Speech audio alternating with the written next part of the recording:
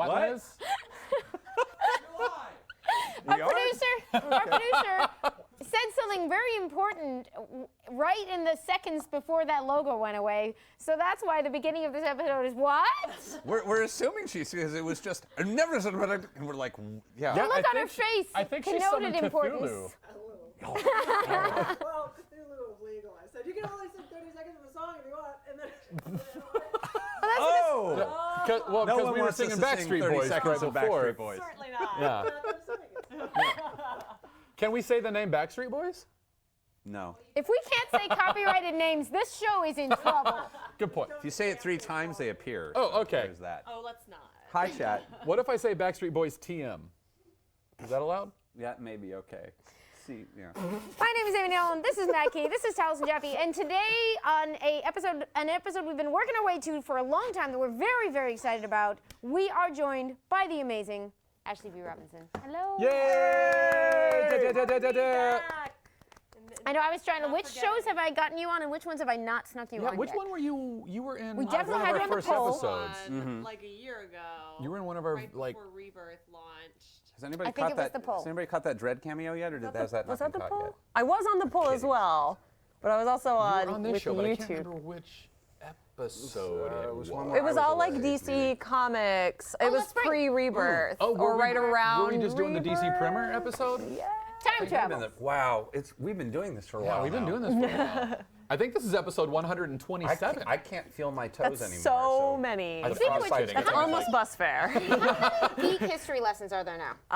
188 this week. Whoa! That's insane! So, yeah. Congratulations. Thank you. And this week is Runaways. So if you, I don't know which camera to look at. If you like Runaways, just look at the monitor. Check out Geek History I Lesson. really like this show. I like the book. I like the show. I like Runaways in general, and I was going to mention it this week because Well, you just did. it's a good book for a young audience between the ages of 10 to 16. Yes. You're right. 10 to Accurate. 100. 10 to 100. Good book for The Nuggets. Runaways. Yeah.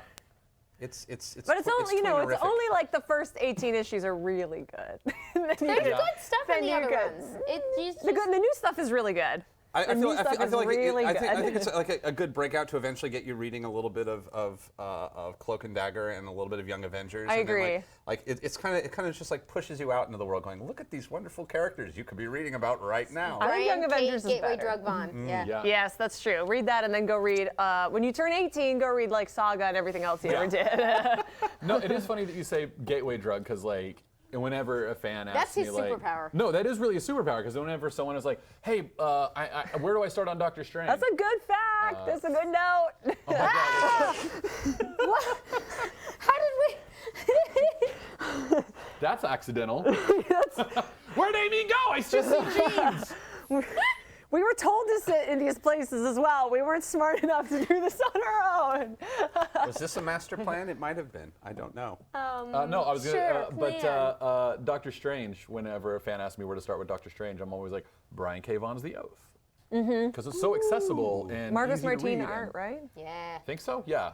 So that, I mean, like, since not to get onto a segue and drive it around.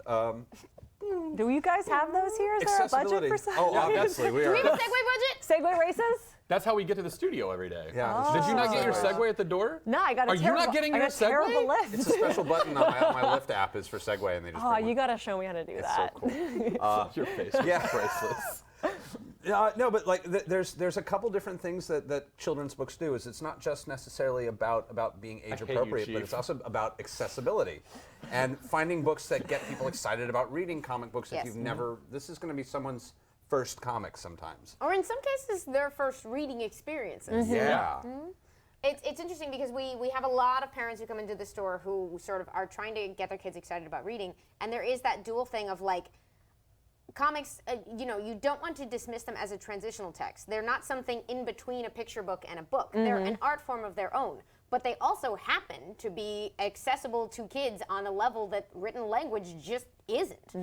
So you can accomplish amazing things. Like there's an incredibly rich, it's one reason that like comics for very young children tend to travel internationally very well because goofy pictures are intelligible to the heart in a particular way. But I wanted to make sure we mention right off, like, there's a special reason that you're here for this particular Why episode. are you here for this particular episode? To plug something that I created. Get your air horns ready. Like the entire appearing on a talk show format was invented for. My writing partner, Jason Inman, and I have our first creator-owned series called Jupiter Jet, and it comes out a week from today. So go to your cool comic stores and tell them that you would like to buy it, please, because Action Lab. pre-orders, yeah. I like Action Lab. I'm going to be pushing some of their others. Carry on. I was Sorry, like, are carry you on. going to be working? I was just excited. So. They're great. They have a really great YA line, which is the one that obviously I can speak to the best. And it's an all ages comics. So I said to Amy, hey, can we talk about all ages comic? And she said, it's funny you should mention that, because we've been thinking about talking about it for a while. But I love, like, so why, what is it that drew you to that? I have some guesses as to the answer, but. Right, so I love YA, and I've been reading YA since I was the appropriate age for it, and now that I'm not, I still read it because it's great and it's accessible, and even though it's maybe more ridiculous now than it was when I was 16, like I understood where Katniss Everdeen was coming from, and now I'm like, you could be at a 7 instead of an 11 right now, you know? I'm so old I just figured out what YA stands for.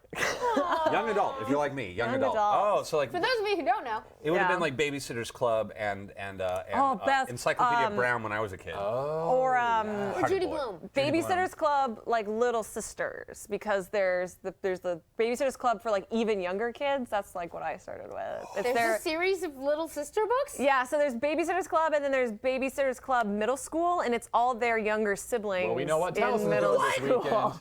They're really good. So if you grew up when I grew up, I don't want to date myself because everyone out there will calculate my age, and I'm insecure.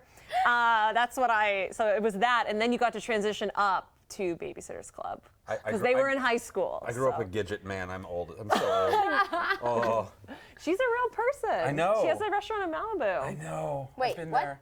Yeah. Gidget is based off of a real person. Gidget was the daughter of the writer, and he was writing the adventures of his daughter growing up in Malibu and becoming a surfer.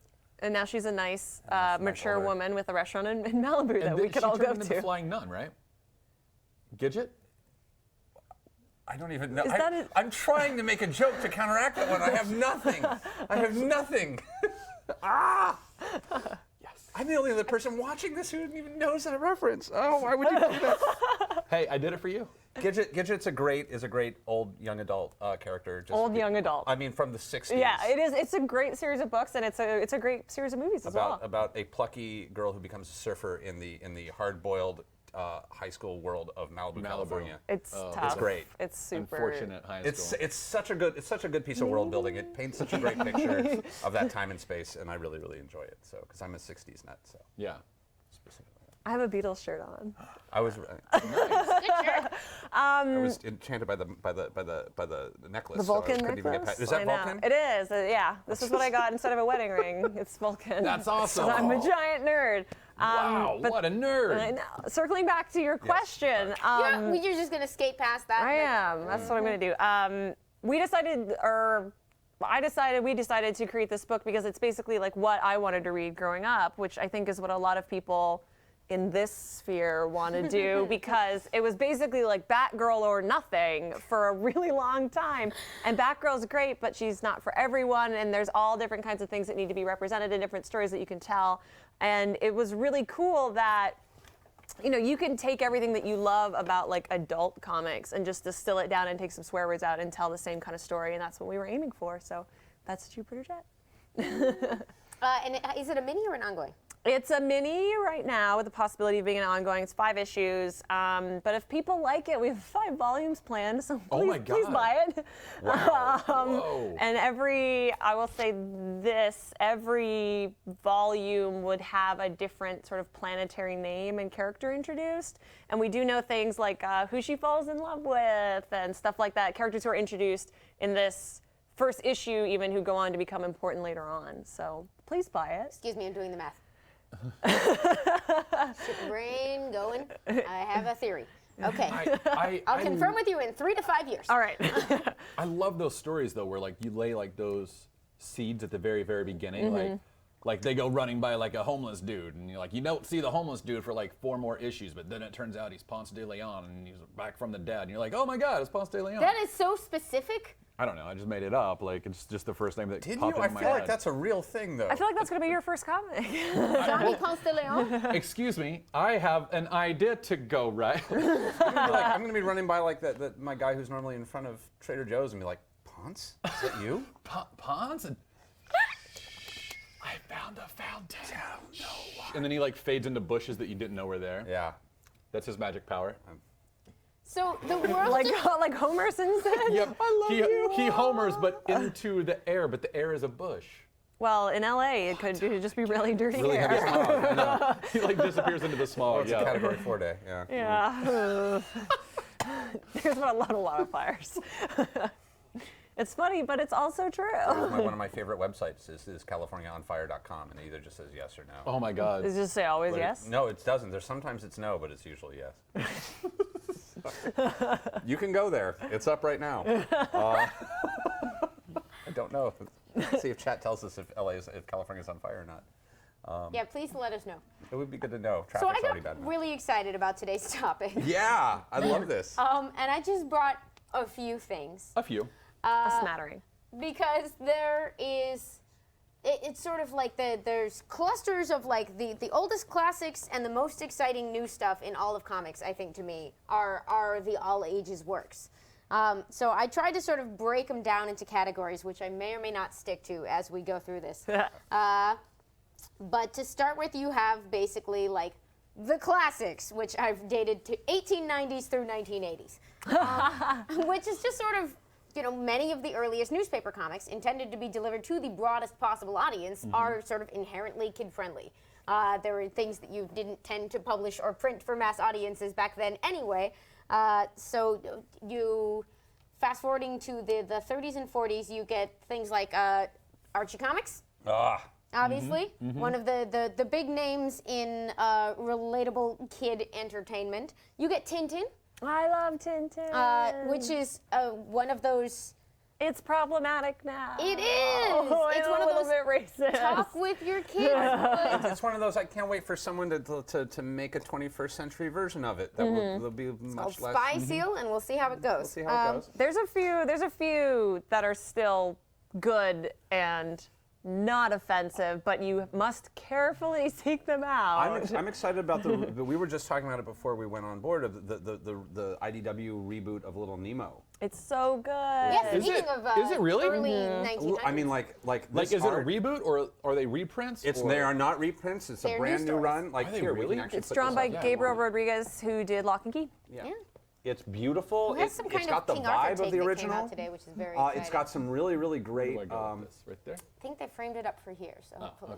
Thank you. I mean, like, look at that structure there. I mean, like, that's just such a beautiful. It's not only is it a beautiful panel, it's so indicative of everything I loved about Little Nemo growing up, of like the kid on the bed, having his weird nighttime adventures. Yeah. Did you And see of course the movie, was a- or did you read the love- comic first? I read the comic first, then I saw the movie, then I played the Nintendo game. Ooh, the movie scared the shit out of me as a child. The movie is nightmarish Miyazaki eyes. They're like, Yeah, oh. that's very accurate. It's don't an think I've seen it animated either. film. It's really, I don't quite know how it got made. Yeah, that's. It was, yeah. I'm sure there's a podcast about it. Animated, it's a Japanese animated film, and they made an NES 8-bit game based off of it, which is really fun. the video game, but I don't remember the film. I didn't know But that Nemo was serialized in Punch magazine, I want to say. I want to say it was one of the original Punch serializations. Was it? I thought it was in a regular American newspaper. In, Might have. Well, it was originally in newspapers, but then they started Did they putting them move it to into comic Punch? books in the late 20s, early 30s. To did that actually get comic book style releases?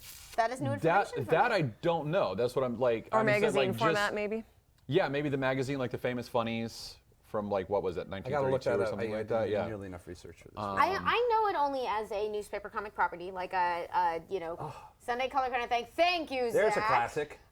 It was created and it was the brainchild of Winsor McCay, one of the first sort of modern masters. I'm trying to narrow that down. In the things that we know of as comics, Winsor McCay is one of the first stars to explode onto the scene and shape everything to come after him. Yeah, that's sort of like sequential art storytelling. It's just whimsy personified. It is so. Is this the original coloring, or has it been recolored? Do we know? because it just looks really great. I'm pretty sure Chief found that on a Google search. So if that's, I'm pretty sure- assuming it's yeah. original, but it's I been think preserved Chief very probably well. colored it. yeah, while we were Chief back is there. exceptionally We talented. have a plethora. How much do you charge per page? Colorists can be expensive. Free on Your Alpha. colors look so good on your book. Yeah, we got Mara Jane Carpenter. This is only the second series that she's ever colored, and she's What's her name? amazing. Mara Jane Carpenter at Ginger Juju on Twitter. Please hire her. She's amazing. When you said the name originally, it sounded like you said Mary Jane Carpenter. I got Mara like- Jade out of it. So Mara I was Jane totally I was like, I've Is never Mara heard Jade of a Green Carpenter. Hunter. No, Mara Jade is who's Mara Oh, Jade is a a Green Lantern. Mara Jade is Luke Skywalker's Oh, the girlfriend. other. previous EU That's right. romantic Yeah. interest. Slash mother of children. Scarlet Witch retcon, all good. No more extended universe. House of This EU. is the nerdiest episode we've ever had.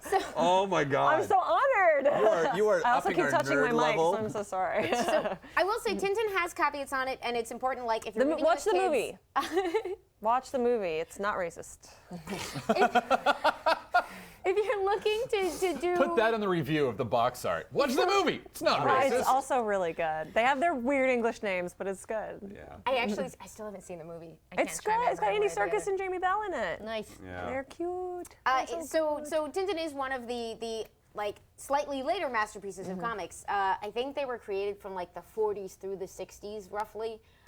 And it was a Belgian artist. I'm gonna butcher his name. I'm gonna learn it. Hergé. Hergé. Thank you. You're welcome. Look at that. Hergé, the writer and artist of the Tintin adventures. It was just this kid sort of finding himself in a lot of unusual situations and navigating his way back out with pluck and brains and setting a lot dog. of the standards for like all of our like Hardy Boys, Nancy Drew, like kid going on adventure mysteries. A lot of the template for all of that was drawn from the Adventures of Tintin. Inexplicably parentless. Later on, we figured important. we had to explain where parents went. He just is parentless and lives with a sea captain, and it's fine. Yeah. It's all fine.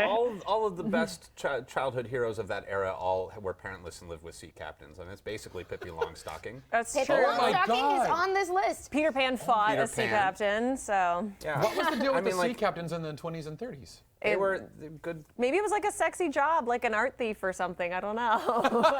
That's like the sexiest criminal job you could have, being an art Is thief. high art thief, yeah. Yeah. No, If you stole the Scream, you should get some. you should at least look like Peter O'Toole, I think. At That's that true. point. Hello. Yeah.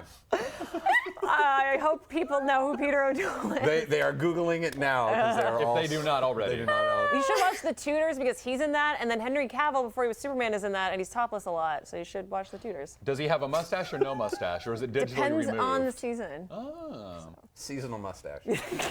For fall, you got to cover it up, and then for the spring, you shave. Waxing, it's waning. Yeah. Waxed mustache, waning mustache. They colored it white sometimes, and it just didn't match his Sometimes skin tone. tinsel, Yeah. for The festive. Cesar Romero. Yeah. Loopy as fuck today. I don't know guys what are is great. wrong with us. So I guess Catherine and I just make eye contact and just like joke machine. Giggling. I will throw up as an example because I did bring some Oh, bless you. Archie Oh, comics. beautiful. This is a collection of the 70s that basically they are notable for more or less finding this style and then like varying slightly within that style. Like you can still tell the difference between a 1940s Archie, a 1970s Archie, and a 2000s Archie, but like eventually it just sort of freezes. Yeah. But that's what's cool Until- about the digests is Yeah. that you do get stories from all the different eras. Which was cool for me, especially as a kid, because it starts to train your eyeballs to different way. Like it's interestingly, speaking of gateway drugs, a way of getting used to comics from different eras is reading a bunch of Archies, because Betty's always going to be Betty and Veronica's always going to be Veronica, and you adapt to the new vocabulary. And I'll say, the thing that I really like about modern Archie, which wasn't around when I was a kid, is thanks to the reboots that we've all done, we've talked about that endlessly. we had an Yeah, the entire whole episode about episode, Archie. We're a little Is that obsessed. thanks to that, they're Bless. characters that tier, so that once you become a little too old for those classic Archie, or like once you're in the mood for something a little juicier than the classic Archie books, you can take those characters and just give them that extra dimension that the more modern books have and start reading a little more mature stories about characters you're already comfortable with and start relating them as slightly more complex characters. All the way up until like even getting into the horror anthology Archie books, and like once you're really in the mood for something different. Like Oh, it's scalable the way that Harry Potter is scalable. Because you didn't know that you needed Harvey Kinkle to be murdered. No. And it's so great. Oh man. I'm not caught up on the new season of Riverdale. I'm just reading about them. I haven't watched them yet because I don't have time. I hear they staged an entire dramatic scene to a song from Rent, so I have to catch up eventually. But Wait, do they which really? song? I'm waiting for Sabrina. Oh man. Oh man. I hesitate to explain what I've heard is going on in which song they used on our All Ages episode. Yeah. No, we'll get there. That's a different. fine. I will say, by the way, according to chat, yes, California is in fact on fire. Oh, good. Good to know. Surprise. Travel accordingly. And they wanted to know. Ken Win. Thank you, Ken, cosplay. for this. Sometimes I just make I'm like, Ken, can you do a collage of various characters, including, and then he's like, got this. So 2 out of 3 of these you all may recognize already at home.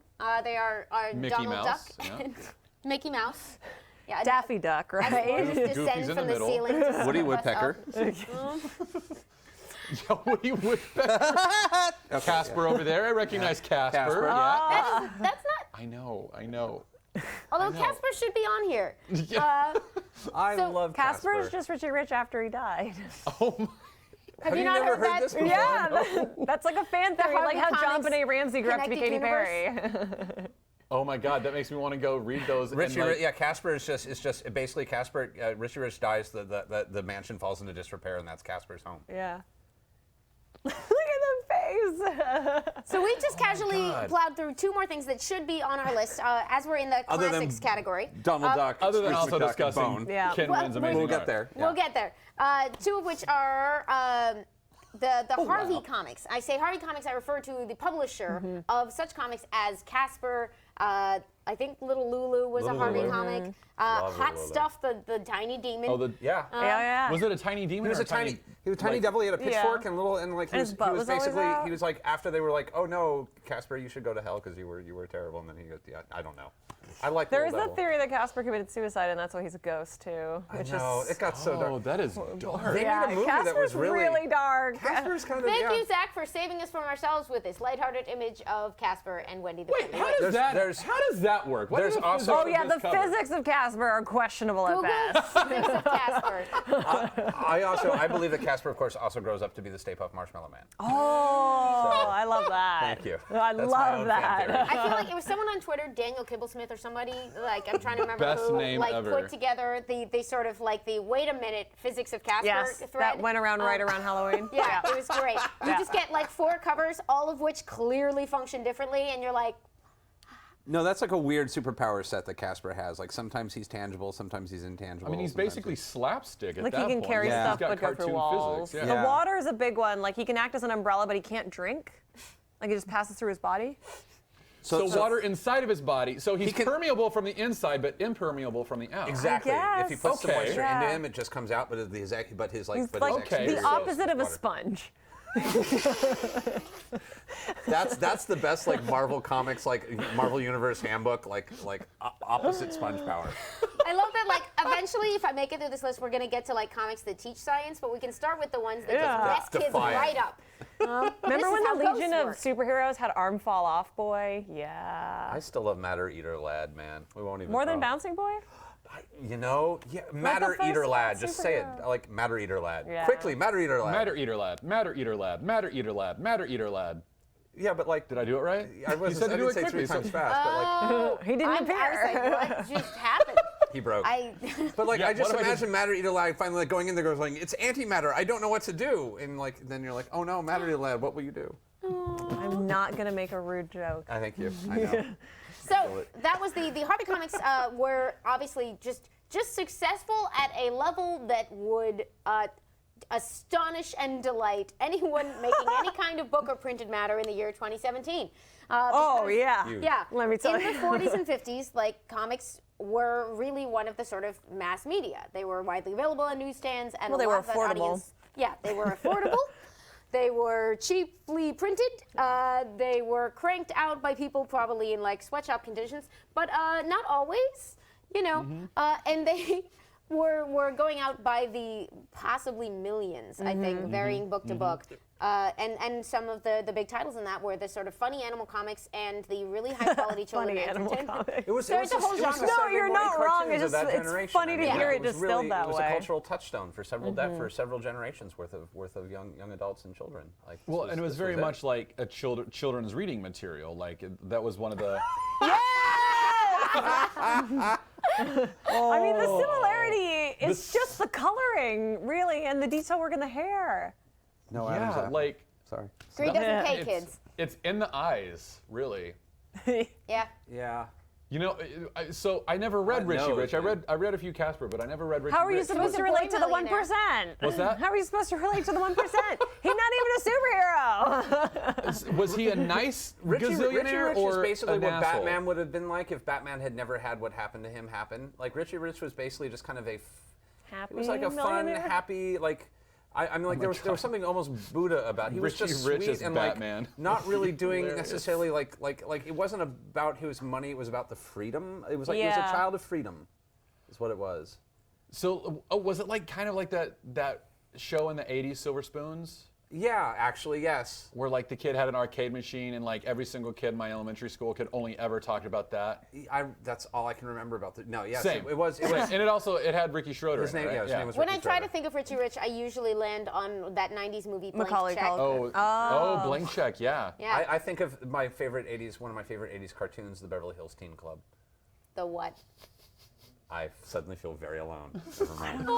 The Beverly Hills Tell Teen us Club. of the wonders of the Beverly Hills Teen It Club. was the dumbest cartoon of the 1980s, and it was just about That's saying really something. terrible. It was about Dino really, saucers? really kind of like it was like Beverly Hills Archie. I have no better way. There were like there was fair. the mean girls and mean dudes, and there was the surfer guys. It was like Proto Riverdale? Yeah, it was so proto Riverdale. And they had, except with like an 80s like weird pink triangles with like course, yeah. little like polka dot fashion. Yeah, with, it's like, like yeah, Back yeah. to Pink Bum, Triangle. bum, bum, bum, bum. Yeah, it was great.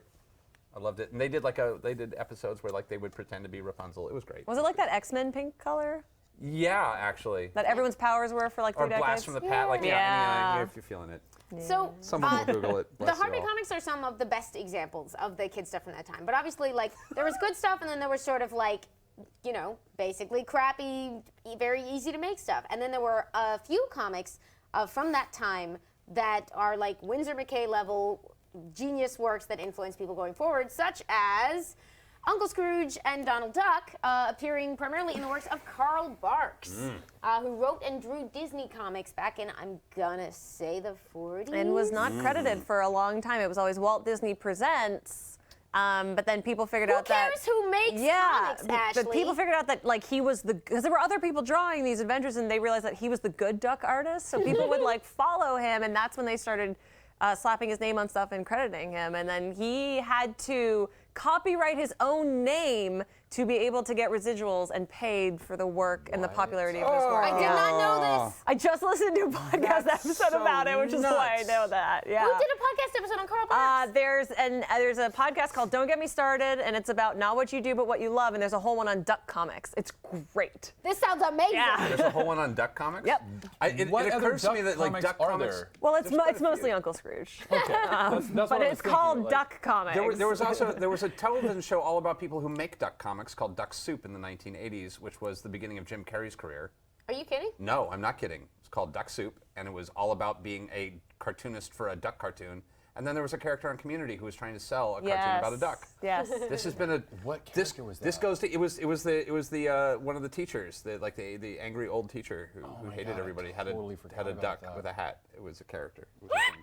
I was bringing up one of my favorite Donald Ducks that I could find, which was Donald Duck and I'm going to show this, presents Hamlet, Prince of Duckmark, Oh, jeez. which you can kind of see as like one of the, and then I also. May I? Are there Oh more yeah, pages? no, you can. There's pages. I think is Eventually, Don he like gets hit on the head. is Don Rosen the subsequent duck artist, the guy who takes over? Don Ross is the next most famous that? one, the one who does the This Life is and not Times that. of Yeah, that's But he right. comes Which in is the 80s. couldn't so find- yeah, he's much later. Yeah. I couldn't find any of my. He does paintings that you can buy on eBay for like thousands of dollars of the ducks as well. That's my other fun fact. He has a dream about Hamlet. It's great. Actual, amazing. like actual Oh, like paint. Like I do- oil hold on, you paintings, have to yeah, get the yeah, paint- yeah. we have to So get give a into couple the dream grand. sequence. Yeah, the dream sequence is pretty No. spectacular. I know. Yes. I know. Yeah. Look at those Beagle Boys. The Beagle Boys I are beautiful. love the Beagle Boys. What are they? They're clearly trouble. If you guys aren't Wait, watching go a couple more. You'll see the great haircut. There's a great haircut coming the out. new DuckTales cartoon is Oh yeah, look, so look, good. look at that dauntless Is it good? haircut. It's like on the so print. good. Oh, so good. It's so Like good. David I saw Tennant the alone first one. makes me It's want to watch it. amazing. It's great. The first, and there are new DuckTales comics. Yes. So it's interesting. Over time in America, like actual kids comics became a more difficult business proposition once the distribution channels kind of dried up. And so they've kind of come and gone in some ways. Archie has held on because they've always had sort of supermarket access and like other, in part by always being safe, they never got taken off of shelves places. And And then they became wildly unsafe, though, because like the choices that they've been making in the last decade They're so are good. edgier It's than so what any amazing. other major publisher is It's so doing. crazy. yeah, no one is taking risks like Archie now, and it's fantastic. Yeah. I think the Darkwing should stick for later. The Darkwing Duck is not Sure. quite time. But the other one I wanted to mention from this era, and this is a weird one because this was a big one for me, was Classics Illustrated. That's on the Is list. it on the for list? Are we not sure. there yet? Well, I'll wait till we get there. Wait, there's no proper order. I was just gonna. The other thing to note about Ducks is that I tend to come at things from a very American perspective. But it will be noted by many of our international viewers that when a lot of people think comics, especially Europeans, they're going to go straight to the Disney comics because those have, especially if you say American comics to them, because there's also homegrown shit. Those have stayed in print and selling wildly, especially in Italy. Yeah, more and of them. Norway. There's more in Italian that have not been translated into English than have been. Like, it's crazy. There's a bunch of duck comics out there you can't even read in English. Yeah. Because they've never gone away over there. Yeah, just keep making them. I know I've been lucky enough to travel to Norway a couple times, and when I would talk to people, it was so bizarre when I sort of found like literally the one comic a lot of people knew was Donald Duck. Yeah. Because it just like that was like, oh, obviously Donald Duck, and I would be like X-Men, and they'd be like, I've heard of I think I might know them. but Donald Duck, highly well known. So that was the end of the Duck Comics thing, except for the fact that the storytelling in them was very, very influential. It is widely repeated with probably some level of truth that George Lucas drew inspiration from Carl Barks' Duck stories when he was working on Raiders of the Lost Ark, I want to say. Wow. Adventure Wow. stories. Yeah, no. Who did I them mean, well? like, that's true. That's No, absolutely true. I read a couple of the Don Rosa ones, and the very, very first one in the collection from Fantagraphics is him fighting to find the Incan gold mine, like an Incan temple, gold temple, As you do. with against, of course. what's the Glumgold? Glomgold, yeah, yeah. And I The was like, fat, evil yeah, Scottish the fat duck? one, and he had like the furry beard. Yeah. It's like, it's all down fur, but it's a beard. It makes sense, go with it. And it just like brought me back to the video game in DuckTales when I was a kid. It was just like reading that was like, oh, this is what I loved about the cartoon. And the the best video game. cartoons are aped from the strips. Yeah. And from the comics. Yeah, but like that was one of my favorite things about the cartoon when I was growing up was the just the treasure hunting. Yeah. Like that was my absolute. Just a lot of like adventure stories and treasure hunting in those Yeah. ones. Read It was Duck great. comics. Yeah, read Read Duck them. comics. I mean, okay, now I have to talk about Darkwing, even Okay. though it's not quite right. Do it. Okay, so that book What do right you- there, it's- I want it's a- you. it's a I want you, duck. Amy. Yeah, but it's Jump like into the present. 5 decades later. So I want you to just turn to like the second page there and just see what the cover of this book is, because I may have already shown you, but like, did I already show sold you? this saw it. when it came out in the store, but that's how they it's sold it to me. amazing. Is that page 2 is literally the classic cover. If I display this, it's going to hurt your binding a little bit. I don't care. It's, Okay. this has literally been living in my bathroom because I read it that often. And it's already clearly I been mean, like, you know, we have a little comic shelf in there. displayed. I love it. Hold on. Sorry, Chief Note, Chief ruining the Note, aesthetic. yeah. Okay, thank you. It is, in fact, the Duck Knight Returns cover. So good. This is like a weirdly dark and heavy book. I mean, like, it's still, I think, appropriate for Yeah. kids, but it is the retired Darkwing Duck finding reason because the city is being terrorized to come back, and it's actually like Wait. No, it's like an actual. it is like the mimic. It is of the Dark Knight Returns. because like the evil. It's not just a clever name. It's, No. The second print cover. Oh yeah, is it? I mean, like no, Extra funny. it's like heavy. It drew me in and was deep and a little sad. It's a lot. Also, if you like Darkwing Duck, watch the new DuckTales. There's a lot of Watch great the Easter DuckTales. eggs. It was good. We have people working on it. So we will get here eventually. This is part of this sort of like last 10 years may have that wonderful blossoming of all ages comics. Let's see. The next one, anyone can jump in at any time, but I'm the next one on enjoying my list was Asterix.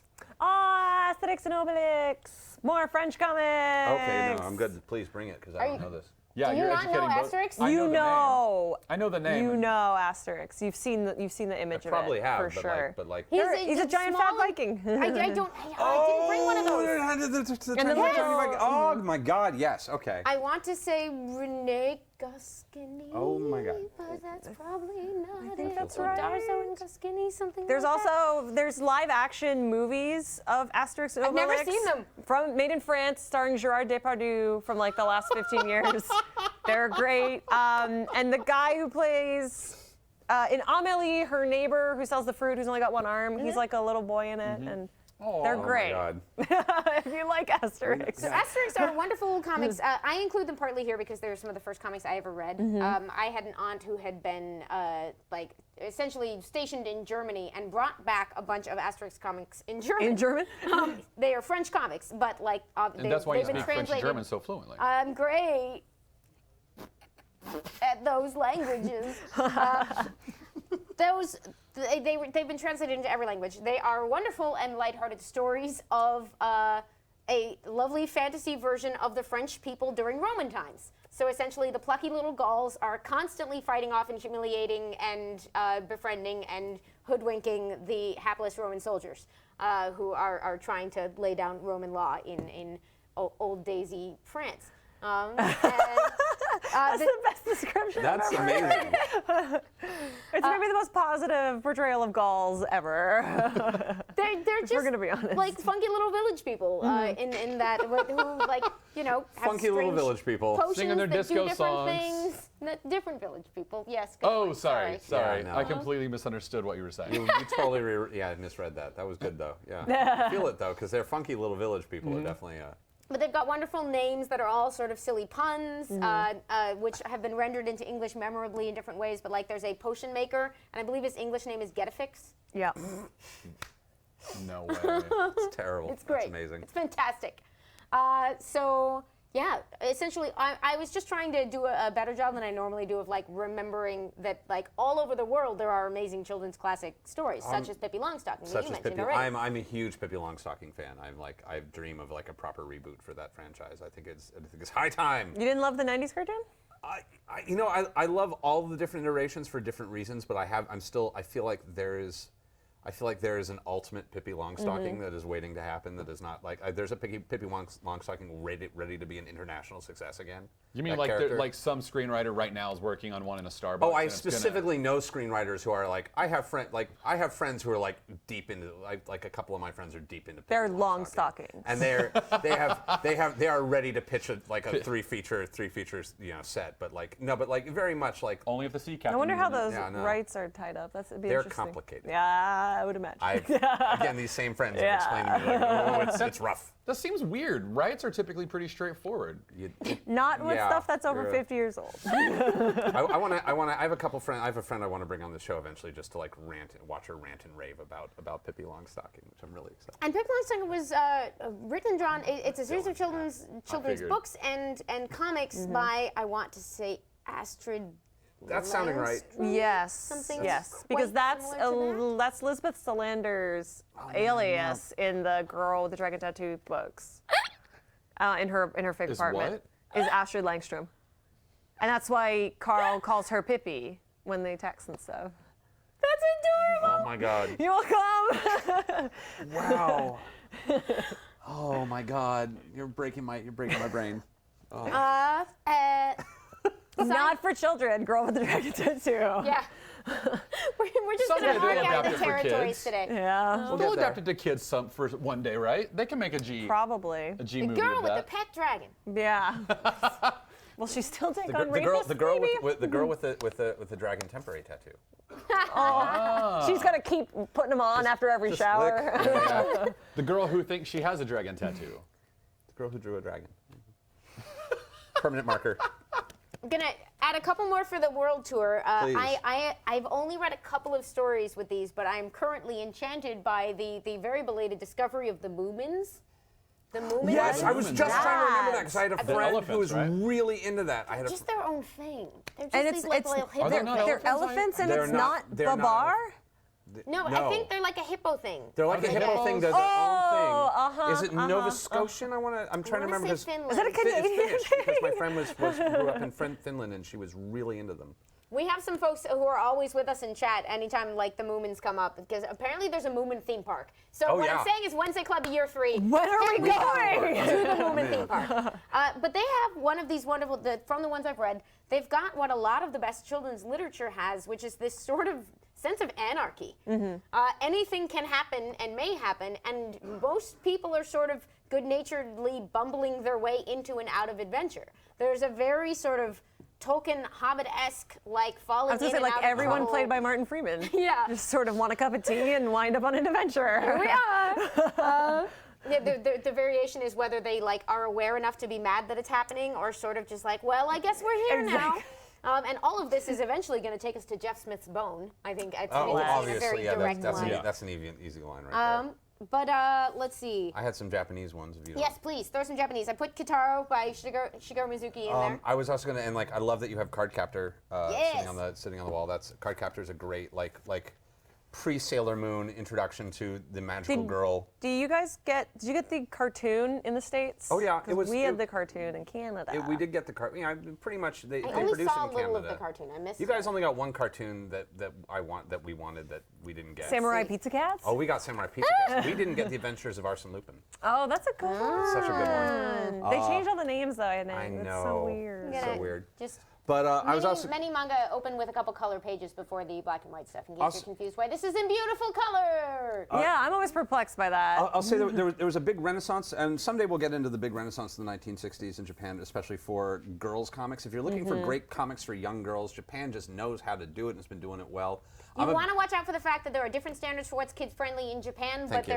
they're standards that will come to make sense to you pretty quickly as you. There'll definitely be some issues of nudity and violence that if you have problems with these things or definitely exposing children to these things, there might be some issues. They do but have they're always, weird age issues as well. Like there's a character in Cardcaptor Sakura who is like her peer, like 10-year-old girl who is having an affair with their teacher, and he's like waiting for her to forgot grow about up that. and for them to get. She's the redheaded girl with the curly, the Yeah. little redheaded girl. They always causing shit, and that's just treated like it's a totally normal, just weird thing that they do. It's a like thing. nobody's like, hey. I know I'm dating, like my brother's dating his unicorn boyfriend, but like maybe not. No, It's gonna very work to work. And It's gonna if you're very- okay But with it's it, a great I think story. Ranma 1/2 is a very, very good place. Rumiko Takahashi's Ranma 1/2 is a very good place to go. I'm a big fan of the old school management of Candy Candy and Hana no Loon Loon of little girls wandering fantasy Europe, which was like a really big push, and that was a lot of fun. Rose of Versailles is also, I think, that there's like a good 10-year-old, 11-year-old boys and girls could really go with the fantastical adventures of Marie Antoinette before she got shorter. It's good stuff. Oh, Yeah, bad haircut. Before she was played by Mary Jane. they're like the worst thing that ever happened to Marie Antoinette. Getting played by But Yeah. Oscar is it Definitely. Oscar von Mussel? Is it Oscar von Mussel? I think is the name of the main character of remember Rose of it's Oscar. Versailles. But Oscar, who's like a phenomenal swordsman and dresses in drag so that she can be part of the Queen's Guard, and there's French romance and drama and court drama. It's great and beautiful, just stunning book. And of course, shout out, and when we're talking classics for all ages, Astro Boy. Astro Boy. Oh, yeah, Tezuka. That's right, Tezuka. We'll try to mention it every time we ever talk about manga because good job, Tezuka. Thank you for creating The world. genre. Yeah, Before we leave classics, because we're coming to the end of it, yeah. I believe we are. And prepping for the Comics Code episode that we're eventually going to do at some point Oh, in boy. the future. Yeah, I gotta start reading that book. Oh my God, there's so many One of the questions things I still. learned Wow. is that it wasn't Bill Gaines. Bill Gaines' dad, what was his name? I can't remember his name. The guy who started EC Comics. One of the big things that he did was Bible stories illustrated back in the 40s and 50s. And anytime there were hearings against EC Comics, he would be like, guys, I know we're doing the crime stories, but look, we're also doing Bible stories. And like, he Those wasn't still come in, Different too, in kinds shops and of a lot books. questions. That's crazy. That's unbelievable. Yeah, but like he only was doing the Bible comics to still be doing the other comics. I'm convinced Yeah. that's how Classics Illustrated like kept its livelihood for so long. Although it was So such a tell us about Classics Illustrated. Okay, so it's Classics Illustrated is really fascinating. I discovered Classics Illustrated because they were in when I was briefly living in Colorado. There was a box of comic books at a secondhand shop, and they were all $1 a piece. And I bought all of them and read them. And they've been reprinted and reprinted. And the idea of Classics Illustrated. I want to drill down on that for a minute because I find that fascinating. When you look at vintage comics, most things did not get reprinted. Occasionally, things like Archie would be kept and like put in collections and bundles and things like that. But Classics Illustrated would get reprinted literally dozens of times. Over and over again, and they were basically Cliff Note comics of the idea of taking classic stories, either historical or novels, and creating really cheap and easy but kind of fun Cliff Note Some of versions which of are those beautiful. novels. There's a few that are like their Treasure Island. I love. And creating a little comic book version of that novel, so that you could, so if you were a little too young for these books, it was a good way of introducing to you. And there were books that I read the Classics Illustrated version first before I actually read the real thing, and it really helped, especially if I found that I had trouble with Huck Finn when I was younger, and then I read the Classics Illustrated Huck Finn, and then went into Huck Finn and had a much easier time with that very old language. In the other direction, the Treasure Island. The Treasure Island was one that I was a really big fan of, both the book and the comic. I also, one of the things I love is they have the Alice in Wonderland here, and I don't know if this is original or not, but they. Oh, that's amazing. She's wearing a red dress in these, and I think that might be Disney's fault. Because she's wearing a blue dress in the original book. The original book. Yeah. So I think they might have done the red dress so as not to get sued by Disney. But it's just just the fact that they did the Furry Said to a Mouse poem, and I think I can even, Furry said to a mouse that he met in the house, let us both go to court, law, I shall prosecute you. Come, I'll take no denial, we must have a trial. For really this morning I have nothing to do, said the mouse to the fur, such a trial district with no judge and no jury would be wasting our breath. I'll be judge, I'll be jury, say cunning old fury, I'll try the whole cause and condemn you to death. Oh yeah, that's the whole thing. Good God. We should snap, it's poetry. And very formally innovative.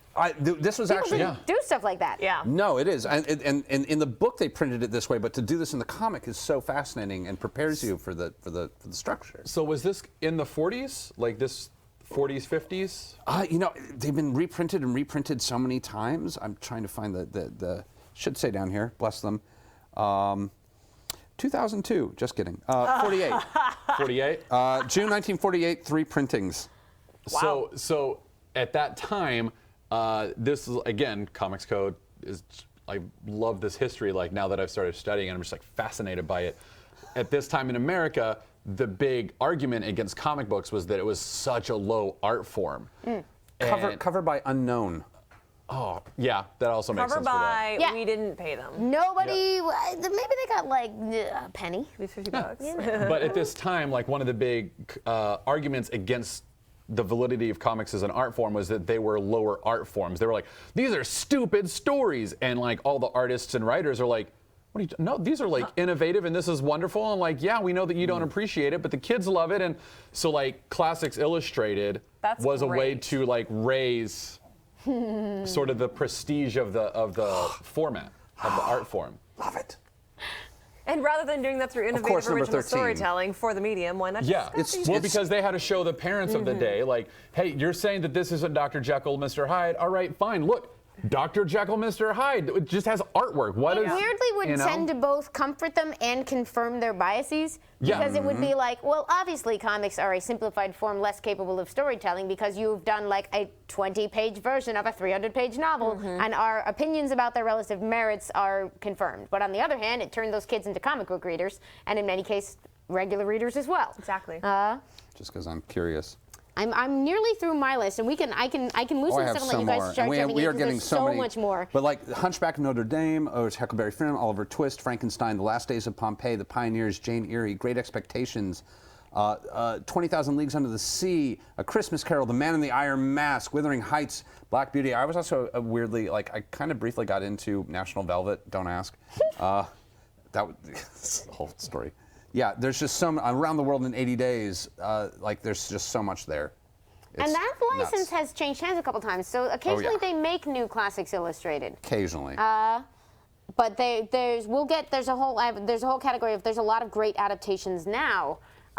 Where there's a sort of re-boom in graphic novel adaptations that are not just the like here's the Cliff's Notes, but like an attempt to adapt the work. There's a wonderful Wrinkle in Time graphic novel. Dark Horse has a really kick-ass Moby Dick that came out a couple weeks ago that actually makes that story palatable. What? And it's all in black and white. Who did Really? it? It was done by a French dude, and they just translated it into English. That's fantastic. I missed that.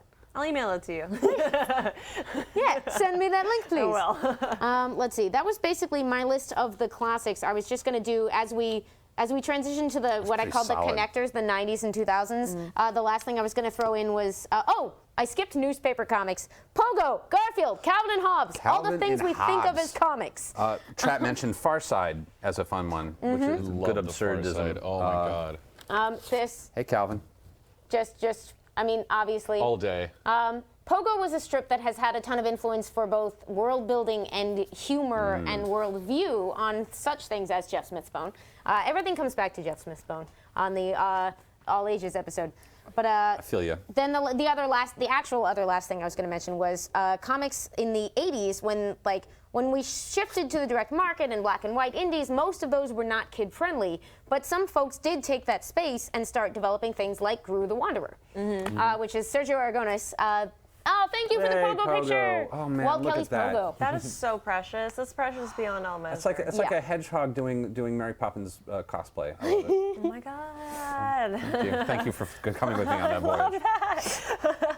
So Sergio is an artist for Mad Magazine, which I feel like should get honorary mention in the All Ages Oh, comics yeah. because Yeah. a lot of it shouldn't be read by small children, but has is. been, including us and all other children, like for decades. I got it just for the fold-in on the. Like I just love the fold-in. I would play with that all day. It's such a good magazine. It's not perennial. Like you go back and read it, and it doesn't. It is of the time. It is They're of the funny time. in a Yeah. different way now. When you look at like a an 60s adult. thing and what they find funny, you like it's fun to work out what they were parodying. Yeah, and, Well, and now and, feels like- like Sensible Treckle Monthly. Yeah.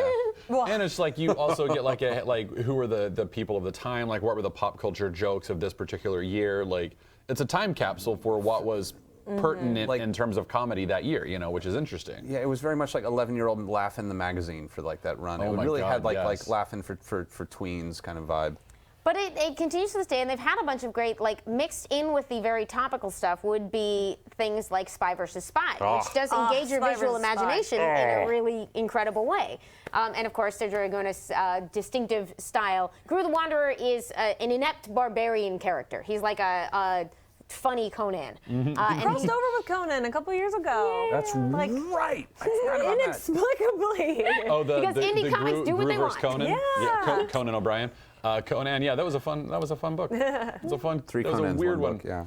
And that gets us into, like, so there's this next category that I kind of reserved for this, like, once people started to kind of take graphic novels and comics seriously in a different way, you have this sort of middle boom from the 90s and 2000s before we get to the new class of the last 10 years where everything explodes into beautiful, prolific things. So I'm just going to read down the names for what I can call the connectors, and we can dive into whichever ones sound good. But Bone, the titan of the genre, Jeff Smith's Bone has won every award there is. I just said that I would read the names and not go into it. It's its own episode, really, isn't it? It definitely could be. Yeah. Honorary mention to, I'm going to say it wrong, Gon, the little dinosaur Yeah. in the comics with no words. This is a Japanese comic that's been going since the early 90s, and they are, I think. Gon, Yeah. they're wordless adventures. Bone does have really scary monsters. Man. Really It's does. so really do. funny, like, it's, Compared to the Pogo-esque design. And I just want to mention also we are going to be doing our topics at the end of the episode, our 5-minute topics. So please suggest your topics in chat. I swear I'm going to be acknowledging chat at some point. Yeah, We'd I was love- just there's some amazing questions popping up. We're just and going to you keep guys talking are- about Bone. But like, there's Yeah, I was Bone just about to also, ask, like, so- do we have any good questions? We before have keep so going many. on, but- so this is an and adventure. even some really good, like, ridiculous questions. You would honestly, too, give Bone to any child who is a reader. Yeah. Like you give it to a 6-year-old and they'd be completely fine with it. It's funny because people ask what age group it's for, and it does Anyone get who can lift scary, it. but it gets scary the way Hobbit gets scary. Yeah. Because Or Harry sometimes Potter, there's yeah. danger, Or like. or like the never-ending story, like like it gets. It's Scary But in it's that so way. funny fantasy and it's primer. so moving and it's adventure and it went like 9 volumes. There are color versions now, but you can get this sort of giant one. It transcends. It doesn't need the colors definitely add to it, but just the straight up black and white is powerful on its own. I think it's a good gift for a kid that's already figured out that they can read The Hobbit. And you're like, all right, here's a comic or for like Narnia, maybe. Yeah. You could probably Yeah. train them up to the Hobbit with this too. Oh yeah. That's true. Yeah. Yeah. It's a really. You could do it in either direction.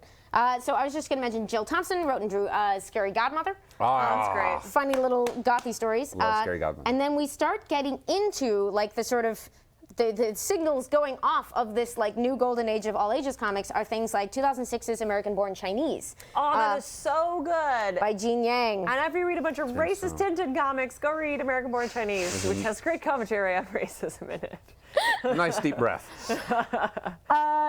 It's American Born Chinese is a story about a kid grappling with his own heritage, but also bounces between Chinese folklore and his modern sort of going to school with other American kids thing.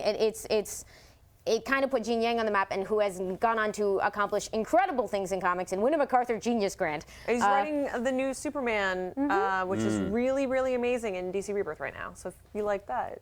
And for the record, The New Superman is the title. Yes. Yeah. Yeah, It's yeah. not the new Superman, Right. but it's new Superman. A new character they've added to DC's Super canon. Dash Man. And then following in the footsteps of Bone, in 2008, we get Amulet, which is the first volume of the Wonderful Adventure series about a fantasy universe that some kids get sort of trapped into. Actually, the way they get lost in it is pretty Amulet comes with a darkness horrific. warning. Like the first 10 pages are like dark. but kids love it. It's, and I I'm know- I always know. warning their parents, like, by the way, this starts with horrible death. You know how kids usually don't have both of their parents in fantasy adventure stories? This is you why. kind of see it happen right away. But Yeah. like kids can weirdly handle it. It's just their parents that I worry about. But so then kids have watch out. parents who buy them The Walking Dead. And Yeah. they just go, oh, Please stop doing that. Because when there's we a work at time and comic retail, place. it hurts. And then Mouse Guard was the other one. Mouse from my, Guard's like, amazing. For your Redwall love Mouse fans. Guard. Yeah. David Peterson, this is at Archaea, which is now a part of Boom. And they I was gonna say are they have the best free comic book day offering. Dear God, that's a anywhere. hardcover free comic? Yeah. Yeah. What? Yeah. And they're always the first ones to go, and they're impossible to find. Yeah, sorry. I took this Yes, one home. I'm not going to keep it. I just want to look through it. That's and then what we he get to says. like okay, there's Well, so much. I had one to throw in on that one, Yeah. which is just one of those weird little, which is something a little off kilter, which is more of a testosterone fueled Dadaist nightmare, which I'm a big fan of for kids, which is Axe Cop. Yay! Is this the appropriate moment to talk about Axe Cop? Let's 'Cause talk it's a- about it now. Really I don't quick, remember what year it was. I don't remember what year it was either, but Axe Cop. 2010, 2011? It's the exact boundary that I picked randomly between these like man, middle ones and the new love class. It's a black and white comic about a police officer with a fireman's axe. It's illustrated by a 26-year-old, I want to say, and written by his 5-year-old little brother, who just sort of Did details it get made out. into a cartoon? Oh yeah, they It did. animated it. Yeah. I think it only lasted a season. There but- was a cartoon? Yeah. Oh yeah, there's an Axe Cop cartoon, and like. But it was written by adults trying to capture the voice of a 5-year-old. Which is really really hard to watched do this because Yeah. the whole joy of it is literally, you can tell this was obviously written, the first issue is just a page about him auditioning sidekicks. And then he fights a dinosaur. And then literally, and like he gets a sidekick who's Flute Cop, who has got a flute, and then Flute Cop gets covered in dinosaur blood because they're fighting dinosaurs and becomes Dinosaur Soldier, who eventually gains avocado powers because he ate an avocado at a fruit stand where they were working to make some extra money because guns are expensive, and he eats an avocado and becomes Avocado Soldier, who can shoot avocados, and X-Cop just has a lemon to eat and becomes X-Cop with lemon. Yeah. Axe Cop is essentially always 29-year-old. Axe Cop. But everyone else, if you get blood on you, you become that thing. Yeah, there's a lot of that. And So- it's so, like, if I'm you glad that's not the case because we'd all be gross flies. Wow.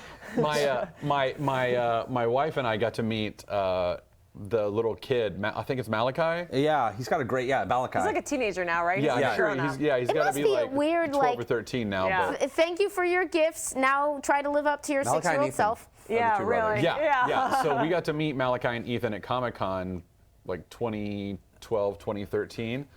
Oh my God, that little kid! Well, like when he was a little kid, I don't know him now. Like it's been a few years. and Sure, I'm sure he's an angsty. adolescent now. But when we met him as a child, he still had that voice, and like we went up and we were just like, oh my God, there he is! Oh, and we went up to the booth and we're like, hey, we're giant fans of Axe Cop, and he goes, yeah, awesome, and then he just like goes back to whatever he's drawing, and we're like, oh, okay. And Ethan, his brother's like, hey, they're big fans of yours. And he goes, oh, okay. And then he goes, I kill you. And he like did something like that to Brittany, and she's like, oh, and he goes, and now you have her blood on you, and now you're her. And I was like, oh, I'm Brittany. And he goes, no. Then he kills me, and he goes, now you're dead, and now you're a brick. And I was like, oh. Now you're a brick. He just like starts making stuff up. But like we played with him for 5 minutes, and he just kept orchestrating the different things that we were turning into, and we were seeing the power of this kid's imagination. Just It's like a delightful that. book to read out loud, and I can imagine it's a great way to learn to read off a page. I think it's a great weird little book to read off a page. Yeah. Well, and one of the great things about, I'm so glad that you brought that in. I didn't even think about that as a kid's book. Axe but like, Cop. I know, 'cause one it's of the Axe best things Cop. about it is that like it really shows just like as a writer, someone who's trying to be a writer at the very least, it shows like how much you start to limit yourself with adulthood, how much like narrative and imagination you start to censor yourself. Oh, man. Whereas this kid's just like, yeah, you got blood on you, now you're a dinosaur, and you're like, oh my God, that totally works. Why have I never allowed that to be in my writing? Like, I bought that. I'm almost 40. I buy into this. Sure. A hero named Sakurang has socks instead of arms, and they could shoot out and come right back. And he's like, I want to be on your team. And Axe Cop goes, you're hired. Like, that's the book. That's the entire book. And then they fight. With Sakurang on the team, they went confidently into battle.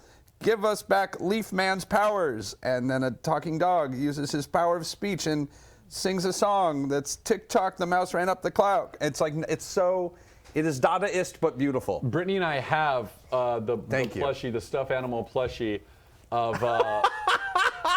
I didn't know it was Nick Offerman. Nick Offerman as yeah. Axe Cop is kind of perfect. Yeah. And we have the stuffed animal plushie of the dinosaur that Axe Cop rides on that has machine gun arms. Yeah. Yeah. Oh Sure, my at God, some that point he book shoots guns. is endlessly creative. It is so. It's a Started fun- life as I a love that webcomic, book. made Yeah. the jump to print, and then to animation, sort of showing off like we should spend more time than we do talking about the web and the way it opened up like We're new gonna avenues, need but- some super experts for that though, because I feel a little disassociated from the webcomic scene. I want somebody on Who here bring in some ringers? who- I know the I want ones a ringer. I grew up on, but they've all been stolen to write comics now. Speaking of unbeatable Squirrel Girl over there, I was just thinking about that. Did you- I remember those dinosaur comics. yeah, it's still a thing. Still a thing. So I have a couple categories that they laid out here. The sort of new class, which was my way of saying in the last 10 years, things have gone nuts, and we've had this incredible explosion of wonderful publishing of all ages comics. And they decimate sales, and nobody talks about them. The first name on this list, we'll just start here, is Raina Telgemeier. She should be everyone's goal as a creative, as a person making comics and sequential storytelling on paper. Don't want to be, I'm not going to name any names because they're all wonderful writers in and of themselves, but like don't want to be the guy who writes Superman or Spider-Man. Raina Telgemeier for like the last 15 years has been the #1 person on the New York Times graphic novel or just It is books. widely theorized that they sort of retired the graphic novel list because she of was her. just 6 out of 10 listings for years at a time. Yeah. What does she write? What is she writing? She Which has one? books Ghosts. called Sisters and Smile, Oh, yeah. which I forgot are about semi-autobiographical. So Smile was her breakthrough work, and it is about sort of essentially like going to the dentist and having particularly bad like. It's about her experience. She knocked all her front teeth out when she was a kid, her 4 front teeth, and what she went through throughout her childhood. Oh my God. But threaded in there is a brilliant middle school coming of age story that just along with and it's her real life story of her and her friends and her family, and it Wow. will never stop being printed. She sells more comics in a year than anyone else in the at least in the North American scene. Wow. she's Ghost is the probably on a latest manga one. level. I would say, yeah, because libraries and schools buy it and they sell it to that same audience. Like her audience is 8 to 12-year-old girls. And Wow. It's been amazing. She is an industry unto herself. She's phenomenally creative and talented. She writes and draws these books herself. She's also done adaptations of the Babysitters Club That's books. right, which we talked about earlier. Which were they were a little early for this golden age. So they basically went out of print for a while and have come back now that she sort of made it with these autobiographical and self-produced works. It's a mix of fiction. Ghosts and drama are straight fiction. Yep. Smile and Sisters are based on her own experiences. And she writes with a ton of humanity. Sisters will knock your socks off. It's about a road trip, and it's her and her sister and what their parents are going through. But a generation is being hooked on these. And learning about comics and understanding that comics are a thing you can make. And I can't overstate, people coming into the store, I've seen parents just look down in shock as their 6 to 13-year-old goes, "Oh, Raina Telgemeier." Yeah. And they're first of all, they're like, "What did you just say?" Yeah. And it's the first time in their lives that they've seen their kids pluck out a creator's name and understand that she makes the books you love. And she's published by Scholastic, not a traditional comics publisher, a grown-up book publisher. Graphics, she's an that imprint of big. Scholastic. Yeah. It's a graphic novel imprint, but They have it's still. they have the fancy carpets at Comic-Con. That's how you know they're special. She's also a lovely human. Good. If you ever go to talk to her at a She's- con. Oh, thank God. Not I only- went and bought a book from her, and she's like, who's this for? And I was like, it's for me. It's not for a child, it's for me. And she's really nice. She only side-eyed you for a second there. I haven't met her. I've just watched her win some Eisner Awards. Yeah, you'll also watch her win every award that there is for comics. But they're so great. They're these- super these great. are- She should be your find it. goal if you want to make comics. And she writes and draws Yeah. all of. Wow. So here's a random We're not sample all page that from talented. Ghosts. Yeah. Geez. But Oh, it's beautiful. They're simple, but they're not simple. They appear simple. like Duck Comics. What? Like Duck Comics. Like Yeah. at face value, it's very simple, but if it were bad, it wouldn't resonate the way it does. And Yeah. people wouldn't attach to it the way they have. It only does what it needs to do. Exactly. It's the essence of cartooning. It storytelling. includes only the elements it needs to do what it needs to do, and that thing is usually break your heart. Comics will break your heart. So there's a bunch more in this modern golden age, golden age. Is this the Founder Show? It's a different one. The new class, the classroom, which I made a category for all the educational comics, which I'm nuts about. The crossovers, which is all the many, many adaptations and licensed works, a lot of which are just weirdly good right now. The capes, which is all the actual all ages offerings. Now that comics themselves have gotten to a point where you can't really hand, because you can hold, 80s and back, you can usually hand any Marvel or DC comic to a kid because they were obeying the code. And the kid may or may not engage with the material based on the time it comes from. Some kids will love it, some kids won't respond. But you're not going to get and then I stabbed him in the face repeatedly. So in response, the companies have done a number of things like Tiny Titans, which Tiny Titans. So good. and Anything then. All Yeah is. So tell us about Oh Yeah. Amazing. Oh, Art Yeah. Balthazar and Franco have an amazing. Well, they have this giant brand that they have now because they have comic stores that are just Oh Yeah comics, but it is very all ages kid friendly versions of the superheroes. Like there's Oh Yeah Hellboy. Itty Bitty Hellboy. Itty Bitty Hellboy. We actually we have him right up there. Itty Bitty Bitty And, Hellboy. in the opening strip, he's taking his giant hand and just smashing walnuts and eating walnuts, and it's the most charming, amazing thing. It's mostly DC licenses. Billy Batson Shazam is that part of that group? The baby Billy Did they do I don't Billy know. Batson and the Magic of Yeah. Shazam? Well, here I'll see who's doing Billy so Batson. Yeah is its own separate publisher. And Oh then- Yeah is the brand or the team for Art Balthazar art. written Mike by Huckle Franco. from Huber and the Kid. Yeah. So this was one of the other ones I was trying to That's find. a great. That's the guy who does Hero Bear. Yeah. Which is so good. I love that the first issue is him trying to turn into Shazam to be his own parent for a parent-teacher conference, and but Shazam That's doesn't even know how maybe to the best. tie a tie. I'm gonna say it now. That's maybe the best Shazam.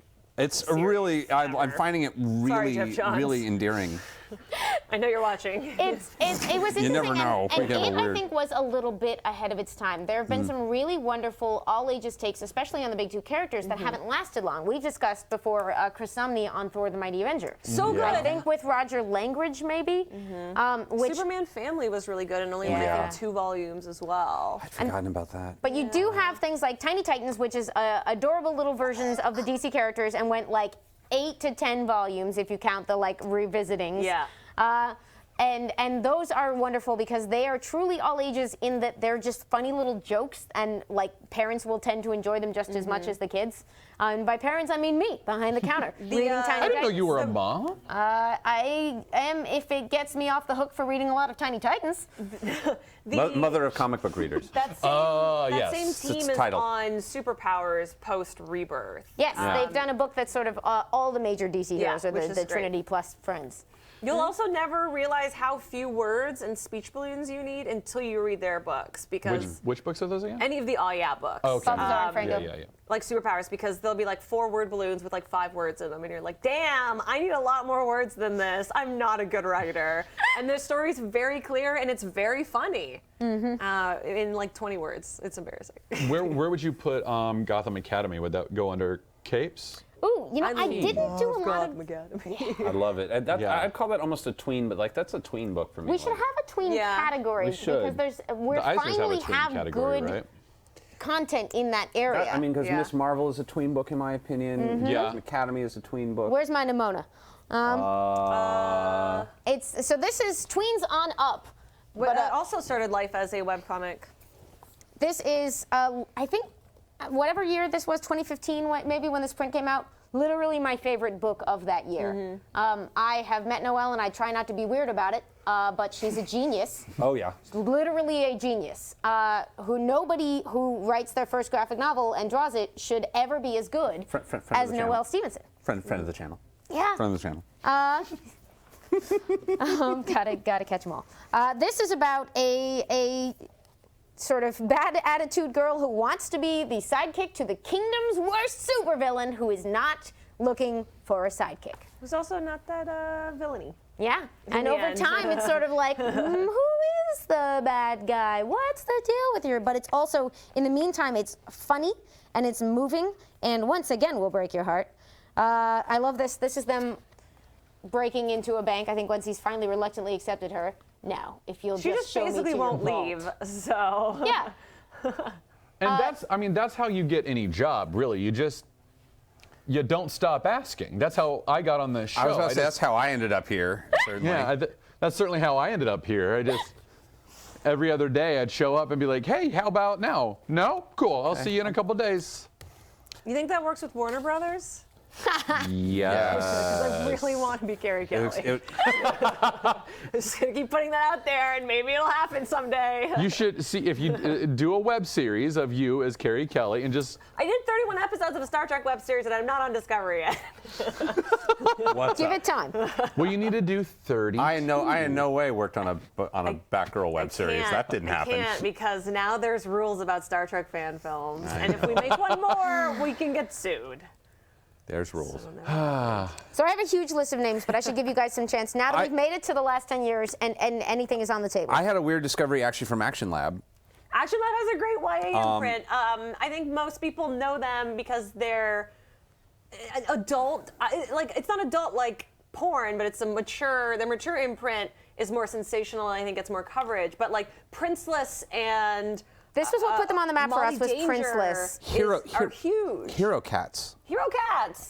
They have what's the ladybug girl? I'm yeah. so sorry. Miraculous. Yeah. They have a licensed comic from the animated series Miraculous and Ladybug. Yeah. And they have an original series called Princess that we'll get to in a minute. And they have this. Oh my God! That is This gorgeous. was like my big find of this episode. It was Hero Cats Midnight Over Stellar City, it is hard-boiled noir. It is hard-boiled noir. Like, I feel look like at Black Sad, but less like sexy. yeah, it is a Black Sad's it is a pretty noir comic book about cats. So you can actually like give a kid like a 10-year-old a noir book, like a really like hard-boiled detective story about cats, and it's a great. It's a introduction spin-off to of the form. regular Hero Cats comics, which have been really, really wonderful. And it is a noir detective story that feels like a noir detective story, except the stakes have been lowered to a point where it's not like frightening and going to send you into a pit of despair like a proper noir book. I mean, like that's why I read noirs, because by the end of it, I want to be like curled up in a ball, fetal on the floor. Which is how you wake up. Yeah, it really is. It really is. This is I need to do something. Read more comics about cats. Yeah, no, but like Read more YA. this is such a I've always wondered how you introduce somebody in the noir, a young person into the noir form, because Yeah. it's such a adult form, and this is such a great way to do it. Like you can go into Chandler from this, you can go into Nero Wolfe, you can go into all of these like really, really fun ways of telling these kinds of stories and learn the Another tropes. thing that I Just love a about beautiful this book. blossoming is that we'll often get kids who want different material, but they can tell, like, that despite like I think Balthazar and Franco are incredible artists and they do what they do perfectly. But there are kids who will look at a cartoony style like that and go, I don't want that. I want grown-up books. Yeah. But I can't hand you Frank Miller. Because I mean, that's you just. could, I mean, I'm but, not going to though. Is the thing. Here's some and Invincible, The villains kid. in this book have It'll a be good bomb. for a while, and then you'll grow up with You read it. one volume and then stop. Like the villains in this book plant a bomb, and the cat figures out to steal the detonator, and like smart. literally can't set off a bomb without a detonator. How nice and quiet. Why do you like. know that, Cat? I know. Stop What that cat. websites have you been on? Stop that cat. Like they're like I mean like this is everything I love about Cat from Outer Space, except without the telekinetic collar. I love it. Okay, what? Oh, that's right. I keep forgetting I'm like a decade older than everyone. One of these weeks, you're just going to do a thing where, like, you're going to give us 5 of these, and 3 of them will be made up. Cat and we're from not Outer going to Space, know. it was for those of you who don't know, the Cat from Outer Space was a Disney movie of the 1980s about a cat who was an alien who had a special diamond collar. It was a tabby cat that came in, it had a spaceship. Is it live action? Yeah, live action movie. Wow. And he had a collar that allowed him to telepathically talk to people and gave him telekinetic powers, and he needed to fix his spaceship, which had been taken by the government, and got a guy who had adopted him to help him steal his spaceship back and get it repaired. But the What? There you I are. would have been so into The this. actual swear word is that. yeah, the Cat from Outer Space That is looks just. like garbage. It's amazing. It's Oh so my good. God. It's so good. It's like it's up there it with looks like, like something wicked garbage. this way comes and Herbie the Love Bug. Like it's wow. that era of, or like the what was it? Escape to Witch Mountain. Oh man. Something with Witch Mountain. There were There's one Return to every Witch Mountain, decade. Escape to Witch Mountain, which were the 2 originals, which are great. One of them is called Zathura. All right, does somebody want to jump in, or should I start going down my list? Go down your list, and then So and then many. eventually we'll like start taking some questions from poor chat, which like I think. Sorry, have Chad, abandoned I us. got really excited about this I was time. not We in that haven't- we movie. These haven't- are Thank the you for notes from asking. today.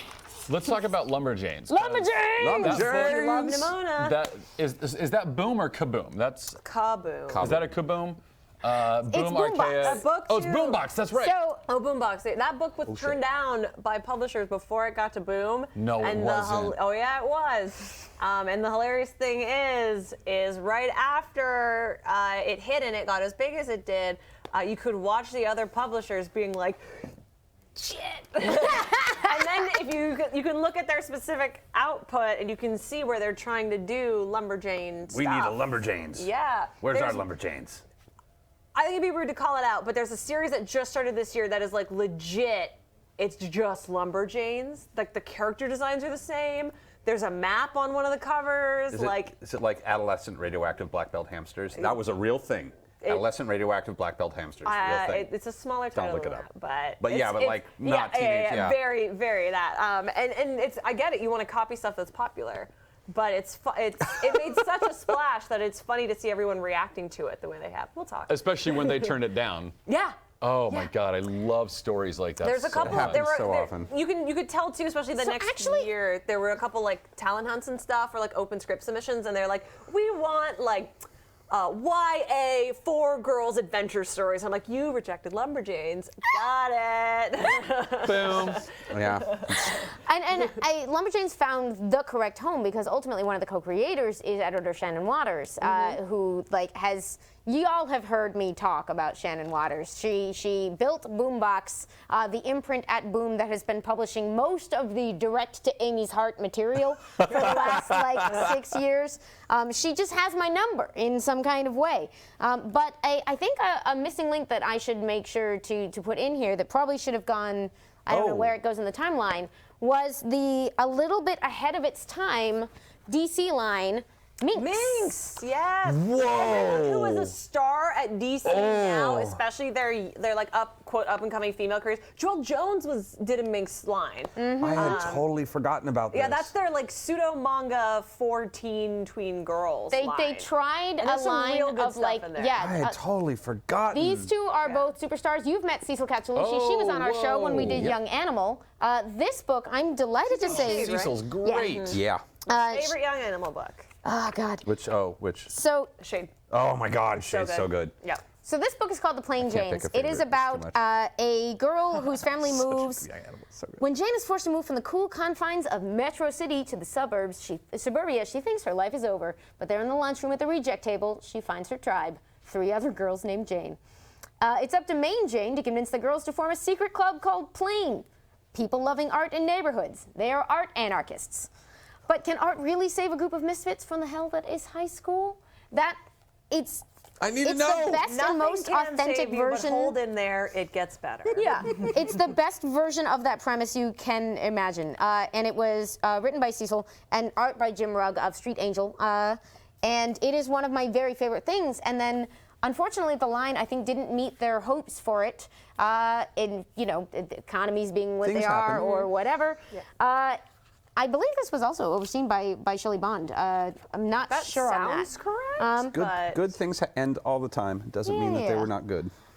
Shelley Bond. Yeah. But you can find these, honestly, in a lot of secondhand bookstores. I bought the entire line from the Iliad. I was about to say, you just go to the Iliad Yeah. to get it. right? Also They're just all Hamburger there in a row. Yeah. Hamburger show. I love the Iliad so much. So I love the cat. No. The women who were running Vertigo sort of did this as a sideline. Karen Berger and Shelley Bond are both in here. It was a really interesting moment that, they were cracking into all of this, just before Raina became a thing. What, 5 years, a decade maybe? before? Something like that. And I believe I just saw online that we may at long last be getting a 3rd volume. It's 2007 was this. It's about 5 years. Yeah. We may at long last be getting a 3rd volume of The Plain Janes, which makes me extremely happy. But yeah, that brings us to Lumberjanes. Who are the Lumberjanes? Can you hand me the singles? They're over there. Yeah. The Lumberjanes are 6, 5. I think it's 5, but then their 5. counselor gets, well, Oh yeah, Jen. Bestie, best friend, misfit friends. I'm keeping issue 2. From Pick One, Pass It On. Who Yeah. all go to camp? Who all go to not Girl Scout camp together? I've got it on my And they iPad. fight animals with glowing eyes. It's got fantasy and adventure. It is girls learning about the power of friendship and fighting monsters and solving mysteries. And a lot of feminist jokes that are very funny and very informative. There's lots of things you can man. Google after reading Lumberjanes. It's great. It crossed over with Gotham Academy, which we mentioned Yeah, that's earlier. right. It It's a did. really cute miniseries. One of my favorite things in regard to those sorts of jokes was when they found the boys' camp Yes. and they had the super macho camp counselor, but some of the boys just wanted to make cookies, Yeah. which is One of those boys decides that he's gender fluid, I believe. Wait, really? And he comes over to their camp for a little bit, and yeah. I have not caught That's up. so- I know this that is Yeah, Gives me I'm a little a bit very behind. Steven That's- Universe vibe is what I've always ultimately gotten. this Yeah. book ends up But I including think some trans and other representation that is really. Steven Universe? I think it might. It does. I don't know. They came out of the same zeitgeist. Though. Yes. Definitely. 2014. Man, I love that phrase. I don't know when Steven Universe started. I'm sorry. Oh God, there's so much good stuff in here. yeah. The like whoa patch. Oh man. What the Junk is my So- favorite thing ever. Yeah, what the junk? What the junk? The dialogue in these books are remarkable. The tempo and pacing of the comedy is so sharp, and it reads at a breakneck. beautiful Occasionally speed. you're around when a tone just arrives and then it's just recognizable. You can see, as you said, its fingerprints on other things, which I largely consider a wonderful thing.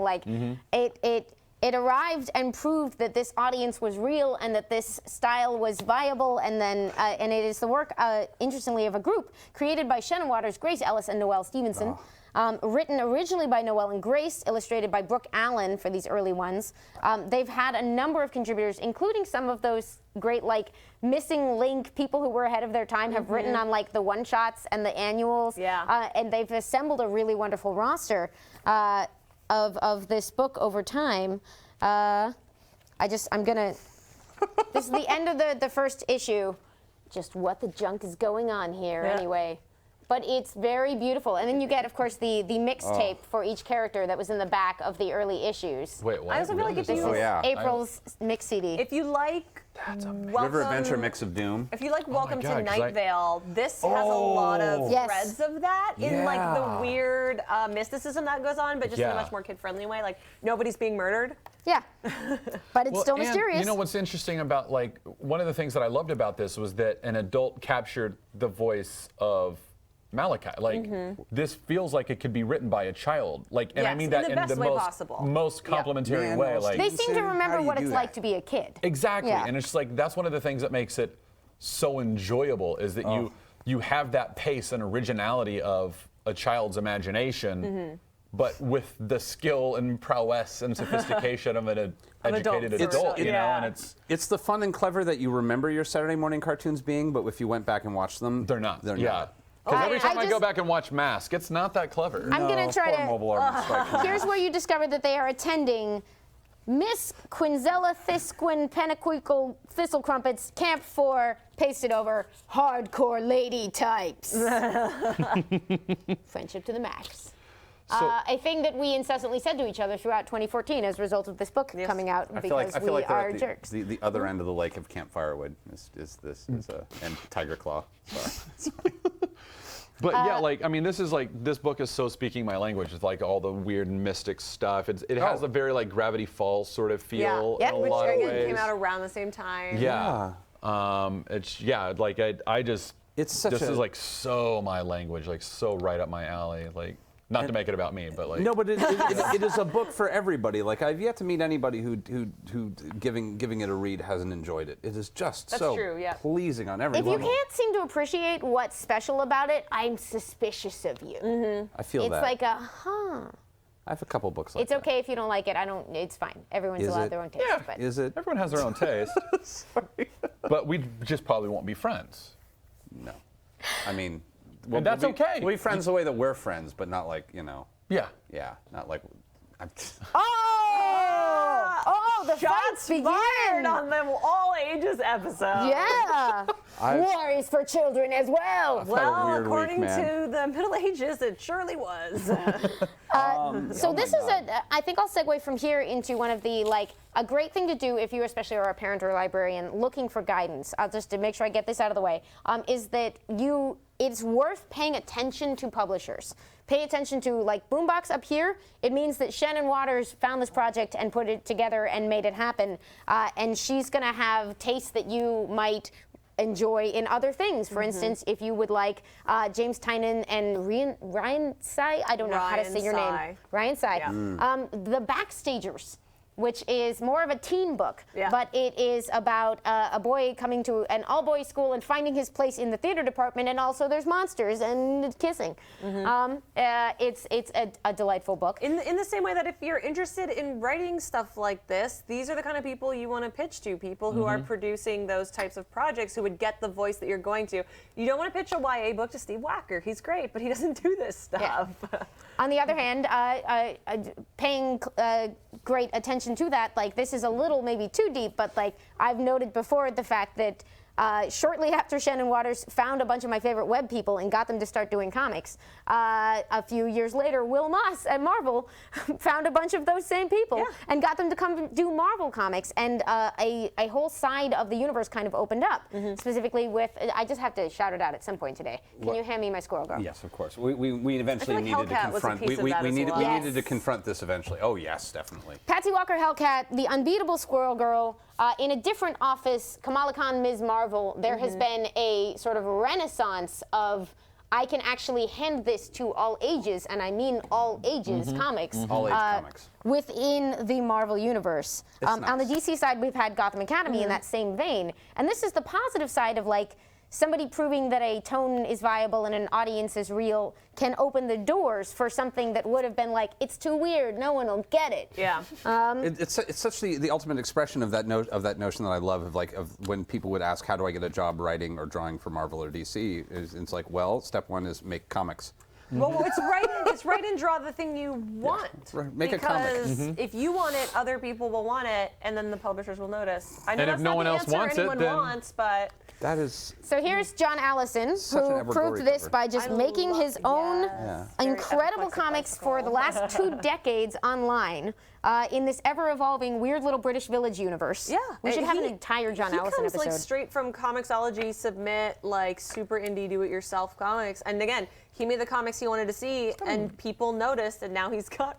And he's got the greatest sense of humor in the universe. You will instantly recognize a John Allison comic. It has a sensibility all its own. But not only did the reprint rights for this series, Bad Machinery, get picked up by Oni Press, who has championed a lot of risk-taking in cool comics, but he got stolen by one Shannon Waters for Giant Boombox Days. for a book Yeah. called Giant Days. Which is a little older. It's a little than Bad It's older, more yeah. like It's more late teens and yep. college, but it's Because there's some sexy times in it. there. I think like Or high, you implied could sex like time. read it in One of like, my coworkers high was school. like, Oh, they for sure, just yeah. went, what? And I was just like, well, look, it's legal for them to drink at 18. This isn't like, I know, in this ridiculous country, you can't. That threw me off too when I read that. I was like, wait, what? Oh, yeah. yeah. Actually, that's a good thing to. but this one is quickly, kid friendly. It's Publishers Weekly 2013 Best Books for Children and Young something American Library. something. YALSA. I meant to look up what that Yalsa? means. Young American Library Association, something like that. Something 2015 to 2016 great graphic novel for teens. Young Teens. American Library Society of America. Yeah. I was just gonna. Yeah, go ahead, Scholastic go ahead. has that graphic novel imprint. You can look there. First, Second, which we haven't gotten into, So is good. absolutely killer on the front of saying yes to things that That's need to where be comics. Gene Yang comes from. I believe he does. American Born Chinese was a First Second book. So look for those publishers, and then you can look at things like the Eisner Awards, the National Book Awards, which finally are starting to recognize things like that. The American Library Association gives out like the Newberries Yeah, and the the ALA Caldecots. is a good one to look at. They have and great cons too. I've never been to. They're so good. Yeah.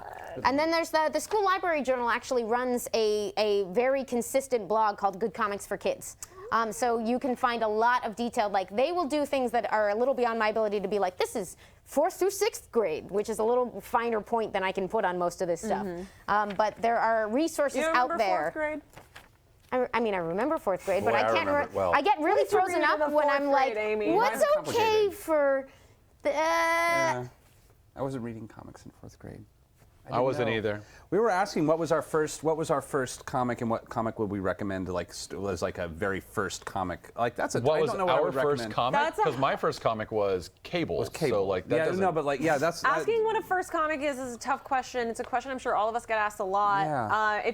If I don't know you, if I'm not talking to you, even having worked in retail, and I don't know what you like, I can't recommend what you. a comic first would you have given Jeff yourself? Smith's Bone. That's a my first comic was Tintin in the original French when I was like 4 years old. But so. like if you found a tiny version of yourself today, what comic would you give yourself to start? If it was like pre-12 years old, probably like a Raina Telgemeier kind of thing. But I was watching a lot of anime, so like I don't know. that. Sailor Moon is fine. There's nudity in it, but there's no nips. I would have given so. myself Lumberjanes because I know like my little 10 to 12-year-old self still loves what 40-year-old self me loves, and that's like weird mysteries and creatures and monsters and stuff like that, like kind of handling with like light occult sorts of things. I mean, so. like it is a question. Is every parent kind of has to figure out this for themselves? But I was definitely raised with a high tolerance of sex violence and otherwise nudity and violence and otherwise of what was considered to be Oh, I appropriate. mean, you were Yeah, raised at Burning and that Man. is I true. was- Like it's what you as Y'all a are parent an want to interesting do. pair. Because I was not. Like me as a 10-year-old was very sensitive. Well, so like I couldn't have probably read what you could have. No, I was raised by writers, like people, and like the thing is, my whole family came from the industry, so like we were talking about structure, form, and tempo, like from a very young age. So like I was already being introduced to very adult films and adult themes from very early on, and it was just part of our family culture. So like, and I was vaguely aware that that's not how the world worked outside of our family, but I didn't really understand at the time how much different that was. Because But it was your life. yeah, because it was mine, and I didn't have anything to compare it to. So what would you give to baby Taliesin? Honestly, I think I would have really rocked out to V for Vendetta if I was like 11 years old. That would have really worked out. Again, I'm a poor example of everything. You're a poor example of everything except for yourself. Yeah, no, I'm an alien, so I don't really count. Like what we put down here, I mean, like there are so many things. I think I would have voraciously like consumed. Little Nemo was definitely a big thing for me. I think that would have worked very well. Lumberjanes, obviously, but that's cheating. Wait, I said Lumberjanes. Is that cheating? No, I mean, but no, because it's so good. It's just like I feel like that's just for called me a everybody. cheater. Yeah, I mean, like, but it is weirdly more you than like I think I would have just like enjoyed it from like a weird sideways angle. I don't know. I was a very weird kid. I was a very weird kid. So. I'm exactly the same. It's But really also, depending on the era you grew up, like when I grew up like I was born in the 90s, so I read the Chuck Dixon Robin series, which is like still pretty kid friendly. pretty kid friendly. Yeah. And I think anything sort It of gets a little intense in parts. well, like Steph Brown gets knocked up and then she dies, and that's not great. That's later. It But takes a while to get there. It takes you a good couple of years to get to that. She recovers. Yeah, then she went to Africa and she's not dead anymore. No, It's she's fine. Yeah. Spoilers, inexplicably still part of the Bat spoilers. family. I was about to say spoilers. For something that happened 15 years ago. But I think, when you look back at your past self, like all of us probably could have given a superhero comic that was being published at the time, which is sure. a little tougher to do now. Like there are things like Batgirl and the Birds of Prey you could probably give to a little girl and it'd be fine. Ms. Marvel, but you have to be pickier now than we did. Oh yeah. Oh, much pickier. You know? Like I'm constantly That Batman struggling. Bane issue's great, but you're not giving it to a child. No, I'm constantly. I've been really looking forward to this because I have there's a lot of kids on the periphery of my life, and I'm always That's a like, great book. they come over and look at my comic book collection, and they're like, "What can I borrow?" And I'm like, None of it. These 2 books. Oh You know what you boy. can That's like when get Alan kids come Moore's over and From they Hell. Look, they Here look you at your go. toys and they're like, "What can I touch?" And you're like, "Not a damn thing. They're mine." You know what you can give them though, and this has been incredible. Oh, yeah. I will admit to being when they first announced this, I was like, Finals I don't Crisis? know, Oh my God. like a whole line of them. Like, shouldn't Finals you just make the Crisis is regular hilarious. comics friendly? Pretty good title. I have eaten those words completely because the looks of overwhelming joy on the faces of the kids of both genders or all genders who come There's in tons for of boys these. in those books. Yeah. Yeah. Shout out to Shay I'm into them. Fontana who writes really great stories in there. Yep, this is DC Superhero Girls. It's all of the DC characters in high school. It goes with toys and animated series. I own it's every the only toy they've thing- made. Kind of The only thing with Harley in it that I can give to children, Yes. aside Oh, from like bless. Lil True. Gotham, and Maybe they, some of the Batman Adventures. yes, oh, Batman Adventures, Yeah, animated not adventures. Mad Love, but Not Mad everything Love. else. there are certain there have been really high points in official companion versions of things. The Batman Adventures ones from the 90s have been recently collected. They were comics based on the cartoons, the Batman animated series of the 90s. They're really great, and they too. hold up really well. Yep. They're beautifully done. Harley Quinn's first appearance. Yep. Yep. You get issue that. Sunflower, I hope this is Issue helping. 12, yep. There are still Trying to keep up. this was an all ages specific retelling of the Wonder Woman story. Really good. Yeah, Really good. I like that Digital book. first and now collected in print. Yep, that recently big came fan of out. They're starting to address some of these sort of gaps in what's available, and like, that has been really Ultimate nice. Spider-Man was a good place to start some Yeah. Yes. young tweens on Spider-Man, I thought. What was it, 13 or Big 14-year-old, Time? yeah. Big Time Spider-Man? Big Spider-Man- time, That's in the regular Spidey comics, but it was a pretty. I feel like that's the most yeah. kid-friendly. Not a good jumping on point necessarily. not, but it though. was kid friendly. Yeah. What about Spider-Man Renew Your Vows? Hauser's. It actually, yeah, that would be that's. I think hadn't that's a thought pretty, about I that hadn't as thought of- impossible. I might have to start shelving that in more than one she section. might be just like staring daggers at us right now from the outside because I think she's sitting there. You never answered the question of what you would give your younger self. Oof. That's I mean, I started And on you can't say Lumberjanes because it's No, cheating. well, clearly Lumberjanes. But I would I did start pretty young on comics. Like Asterix was a wonderful gateway for me. There were I have a weakness for the educational comics. I have a book that I haven't looked up who did this You or love where Secret it came Coders? from. I have secret coders on this shelf. Speaking of Gene Yang and him being a genius, this is a book which is a fiction narrative that also teaches you computer science. Also, Gene Yang is another nice human. He's a really nice guy. It'd be so disappointing if he were was not an just the loveliest. I don't think I could take it. Gene Yang and Mike Holmes worked together on this. There are a couple volumes of it so far. Are there First, 2 or second, 3? I can't remember. I think 3. Proper military vehicle maintenance by Jack Kirby. What is it? Educational book. There we are. God. There was a book I got in like 5th grade called Math for Smarty Pants. Oh, And it wow. I'm not surprised by that in the least. I can't believe I picked up, but like it was literally comics, but it was like a comic strip about 2 numbers, and one of them is a perfect number, and one of them isn't, and they explain what perfect numbers are, but they've got little caricatures and while they're doing it. It was the most, they skateboard around and teach you about math. How did I forget about Moon Girl also? Moon Girl and Devil Dinosaur. I'm So good. Not enough coffee in and the world, The apparently. Unstoppable Wasp, where they recruited Oh, writer so good. Jeremy Whitley from Princeless, the book that we mentioned earlier but did not describe, from Action Lab. Guys, I'm so sorry, I'm just talking. Princesses who No, save this is- themselves. They don't need princes. It just sold to Sony, so it's going to be a giant movie. Wow. Wait, really? Yeah, they announced it at San Diego. Congratulations. Also I'm nominate digging The Wasp. when I helped write the Eisners. Great. It's so good. And I think even this last year also, Bandette is on your list. And I love Bandette. Bandette. that was is really nominated good. all over the are place breaking people's wallets for right the now. Betterman Eisners that I wrote. That was I feel like Paul Tobin, Colleen Coover, maybe? Yes, that was a Monkey Brain comic. Yeah. A But I digital don't So outlet. yeah. think Monkey Brain is a thing anymore, so I think it's just Zanoni. They Is might it Oni or is just it Dark a Horse? Dark Horse, I believe. Sorry, Dark Horse. Let's see, Yeah, because they're maybe- in Portland, and everyone who works for Dark Horse lives in Portland. Looking at some other questions. What came first, Little Nemo and Bedknobs and Broomsticks? Little Nemo. Little Little Nemo came 1905. before television. Yeah, in 1905, I think. Little Yeah. Nemo came before radio. Yeah, it's Yeah. old. Yeah. People, I think most people Older think than it anyone starts you've with ever the met. movie.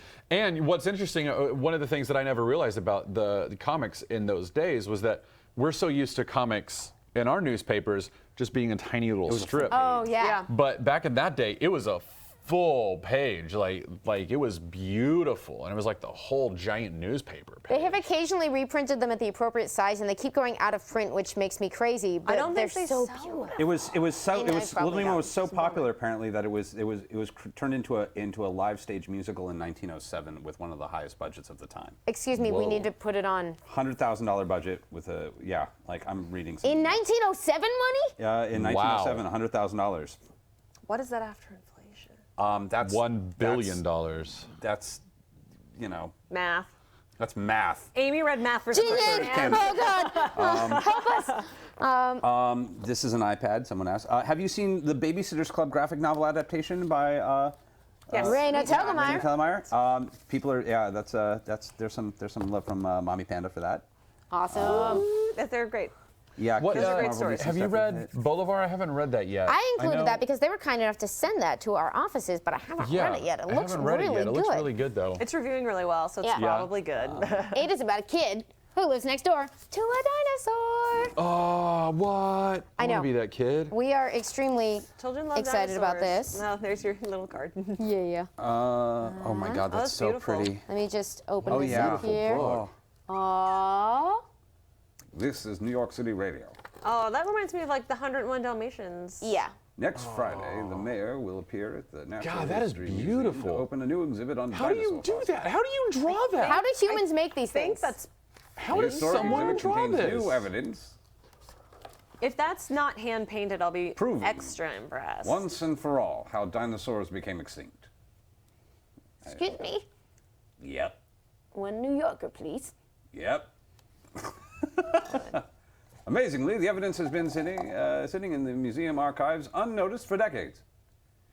Yeah, it's the problem with everyone else around here. I love doing doing old New Yorkers. Yeah. People don't notice anything. Okay. That's so great. That's a man. beautiful intro. That's so so on great. I am very into this. So on board. Look, the rest of the characters. Okay. I'm excited. That's so amazing. Speaking of dinosaurs, Runaways. Yeah, well, Has a dinosaur. We talked about it very briefly at the beginning. Teenagers. such a Yeah. good teen book. Or maybe 12, middle school. 12, Depends on your 12 plus. kid. And actually, it leads into another. Does get a Adam little Kuhn sexy. asked ages ago. He says, with the positive reception of Runaways, Little which is now murdery. a Hulu show, What do you think about adaptations of other like things for young readers, like Power Pack?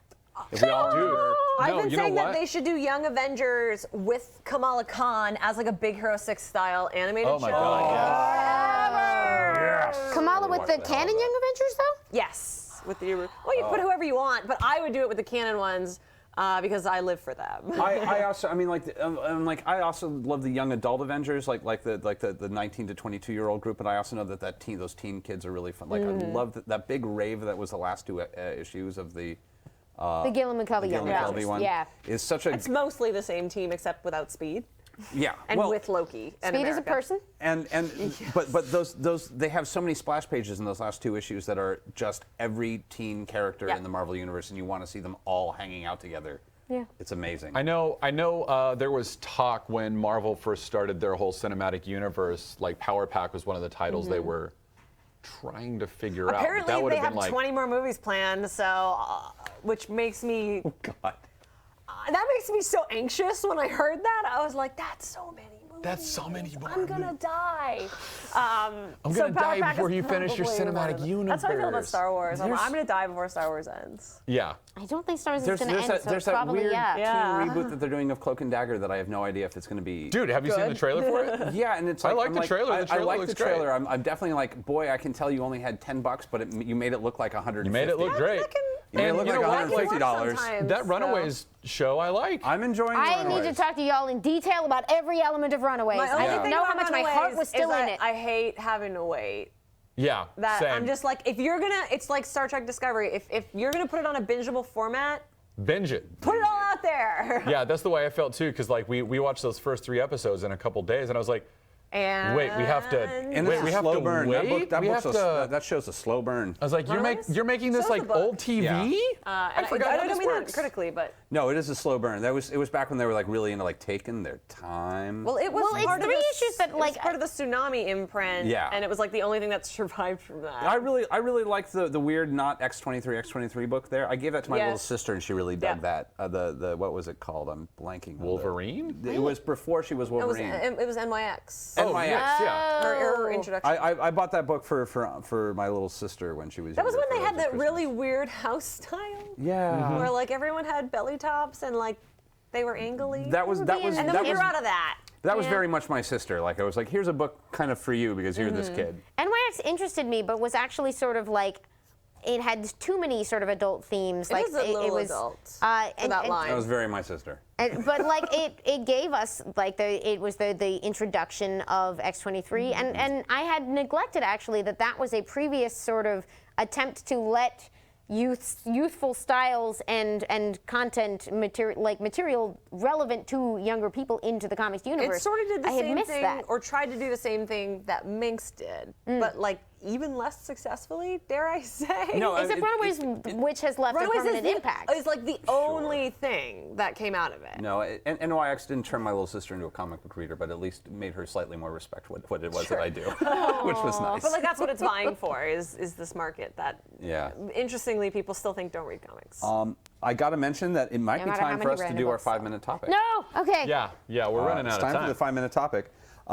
So every week we take a moment to do a 5-minute topic where our chat wonder if they're gonna suggests murder something us this- ridiculous murder for me us to this talk week. about. And we try and finish our version of this in under 5 minutes here on the Wednesday Club.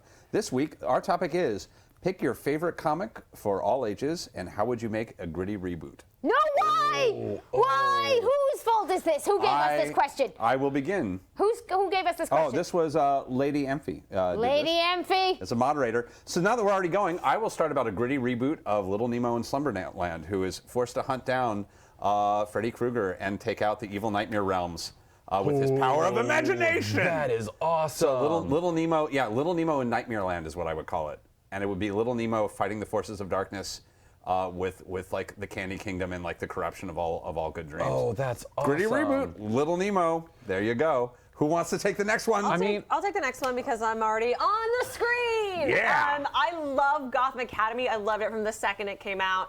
I desperately want Maps to be Robin, and I loathe Damian Wayne with all the deep dark parts of my soul. I just can't hate a character more than I hate Damian Wayne. Roll with it. The easiest way to do that is to have Maps go a little bit crazy. Maybe she takes some drugs, she breaks into Wayne Manor, she knows where it is, she's worked with Damian before, she slits his throat in the night, she grows up to become Robin, and everything is right with the Bat family again. And Robin's a murderer, and you're fine with that? Robin's been a murderer in every incarnation since the 1940s. I got no problem with it. So God Almighty. I feel like there's a relatively simple, dark, gritty reboot to do with Lumberjanes because you're already dealing with a lot of. I mean, it's Stranger Things. This is Stranger Things, but with like girls at a camp. Like that's amazing. That's super fun. And like there's a lot. Like they find that like like I don't want to give away too many spoilers, but there's the dark cavern. There's the lighthouse. There's the Yetis. There's like the boys who are like all possessed or whatever. Like there's weird foxes. There's the weird foxes. There's so much fun that you can have with a dark, gritty Stranger Things like reboot of the like that's almost how I read it. I don't even almost read it as a PG book. I read it almost from that perspective anyway. So I don't know what that says about me. But that's kind of how He's I like read it. beyond It horrified just says now. great things. It says great things. Come on. I know you got to do it. You got to Tell do us it. about your adult versions of Ghost. Let's see. I mean, like Casper just writes itself. Yeah, it does. Horrifying, grim and gritty reboot of a thing that I love that is currently all ages. Squirrel Girl, she's just crazy. She can't talk to squirrels. Oh. What are you, nuts? So it's almost like Happy. Are you like Other like kinds an of imaginary Grant friends? Morrisoning Squirrel Girl? You and I had the exact same. Through the lens of Legion? Like, if you ask her about her history, she's going to tell you that the first thing she did as a superhero was beat Dr. Doom by covering him in squirrels. No. Oh, you're breaking my heart. You're no wonder you were worried about this. Your brain goes dark. You know, Oh, you are breaking all me. these friends that you have, Nancy, she seems nice. Oh, she's got new hobbies, huh? Tell Sure us how she Nancy's does. Oh yeah, Galactus, a giant planet eater. doing. You had a Okay. conversation that's so nice. is so dark. Oh, so dark. So dark, so whoa. dark, so dark. Like you see all of this, and then you cut to like this really like dark, the like Norma Ben Again Temple episode of Smith. Buffy. She's like in a padded it's- cell, just like I beat Galactus. It's like American McGee's Squirrel Girl. I don't know if I'm up for this. Yeah. Never do this, Don't do- world. Don't do Oh this. my God. Making that clear. Marvel's like, dear so-and-so. Like Frank Miller's Squirrel Girl. I was my about to say God. we could also always do crossovers. Is always a great way. Frank like, Miller's Squirrel Girl, though, to his credit, would take 3.5 years to come out. Yeah. So you would I'd have so never much time to worry leave about the it. planet. Yeah. Axe Cop versus Lobo. That would be another. Both fun and at the same time just makes you cry a little bit. Oh, on I the would inside. read that one. It would be the worst, but You read Archie meets the Punisher, didn't you? That was Oh, surprisingly. so You what? read Archie versus Predator? That's these another are one. real comics. These are We're real not comics. making Yeah, them these up. are These are not fake comics. So what comic would you want to see Alan Moore try to take on? Actually, there was a Simpsons joke. I'm going to throw it out there. There was a Simpsons joke where Alan Moore showed up on The Simpsons. He was trying to get people to buy Little Lulu. Yes. And the notion of Alan Moore writing Little Lulu kind of rocks my world. But see, she's the mastermind. That's what She's would be so so great. dark. She's an evil mastermind. Oh, I can see this. Yeah, she's like the girl version of Dennis the Menace. She's a horror. That would be amazing. She's like the evil girl in the closet with the knife in it. But also, it's Alan Moore, so she's probably a hooker. Yeah, I wasn't I gonna mean, say let's that, just be but honest. yeah. We all read Sin City. Yeah, the second you That's said That's Little Miller. Lulu, Miller has the Miller, hooker thing. not Moore. Although Moore They're would, the same. Moore would Yeah. absolutely do that. there'd would be some You're right. More would be weird. shenanigans. And we're out of time. We've run out of time to Yay. ruin More our shenanigans. own and everyone else's childhoods. Yeah, thank you for letting us go into that deep pit of despair. you- That was adorable. Lady Amphi, you're a wasn't mod, the- so I forgive you because we need you. We need you. Thank you for your service. Yeah. This is the Wednesday Club. We're on Geek and Sundry's Twitch every Wednesday at 7 p.m. to 9 p.m.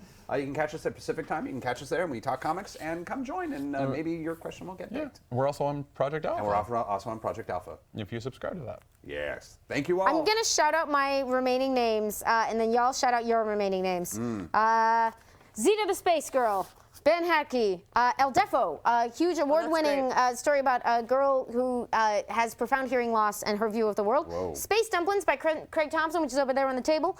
Cheese Sweet Home, Chai's Sweet Home. I don't know how it's Oh, said. I think it's about Chi, the cat comic. Real cute, so cute. good. Fantasy Sports by Sam Bosma, which I saw appearing on some of these lists, and I just thought of as a cool indie thing, but realized you probably could give this to kids, and it's amazing. The Hilda books, my new obsession. Hilda and the Troll, Hilda and the Midnight Hound. There's a whole series of these books by Luke Pearson about a little girl in a fantasy world meeting different kinds of monsters that are incredible. Princess we already talked about. Faith Erin Hicks has done a bunch of wonderful books. She's doing a series called The Nameless City that are incredible. We talked about Bend Up, we talked about Backstagers. In the teen category, I still haven't read it, but This One Summer walked off with all the awards. Oh, that's a good one, yeah. And now she's writing everything. Yeah, they've stolen her to superhero comics, which I'm excited about. Yeah, that's a good book. The educational ones, look at First Second has a whole line of comics with science themes that teach you about volcanoes and dogs and all the stuff you want to know. There's a bunch of biography comics like Primates, which tells you about Primates is Yeah. awesome. It's so good. Then Nathan Hale's Hazardous Tales, which are these wonderful historical vignettes of, like, in some cases disturbing material, but rendered in a very, like, Digestible. Man, Harriet Tubman went through some stuff, y'all.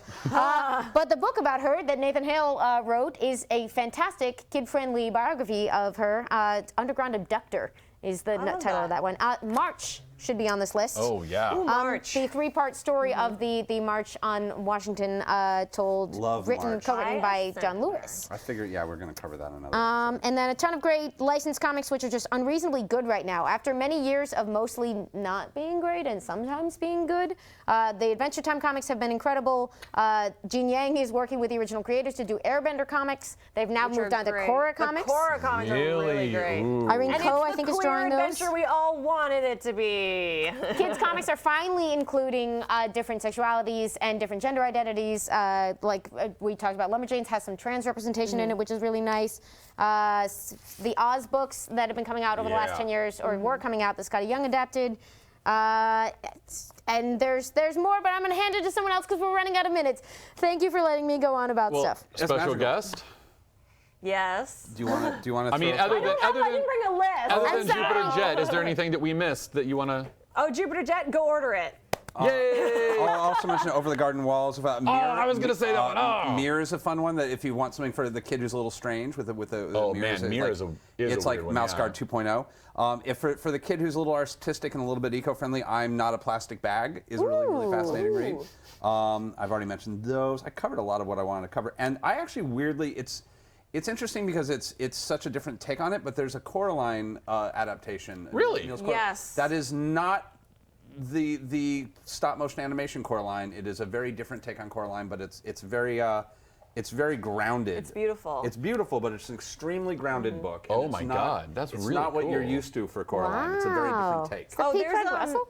I can. There's a Nancy Drew meets Yeah. the Hardy Boys series Oh, that's is there coming really? out right now. Oh my God, it's so good. It's so good. Is that kid friendly? It is, but it's definitely like teens. Okay. Is that It's not. It's not this one, is it? No, it's not. No, okay. I can't remember who it's from. I'm so sorry, but it's really good. It's not sexy or anything. Dynamite maybe is doing that? I feel like it's like Dynamite or Dark. It's one of the more licensee friendly. Yeah, comics. I didn't read that one, and I just assumed It's it great. was like grown-ups only. It is You said Over the Garden Wall. That cartoon is amazing. Also, if you Yes. haven't seen it, it's really short. Go watch it.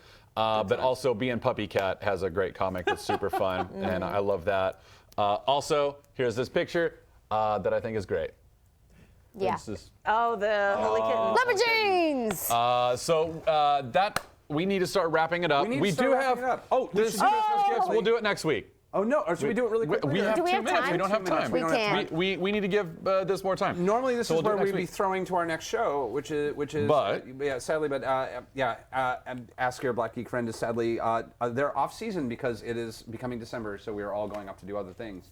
But Lore Master is Lore Master on next or is it on tomorrow? It's on tomorrow. It's on Come back tomorrow for Lore Master. I believe Master, Ivan yeah. is going to tell us the secrets of The the Ivan. universe. It's going to be great. That's all Ivan knows is the secrets of the It's universe. literally all he can talk about. It's getting a little old. Let's be fair. Secrets of the universe every day. We're just gonna get him to share it with the internet, and then he'll stop telling us the secrets of the universe. He's like, Stop. he's like, how you doing? I'm like, I'm fine. I'm like, how you doing? And then suddenly my mind expands. Yep. And then you float away. Yeah. Yeah. And I become Casper. A huge thank you to our special guest today, Ashley Robinson.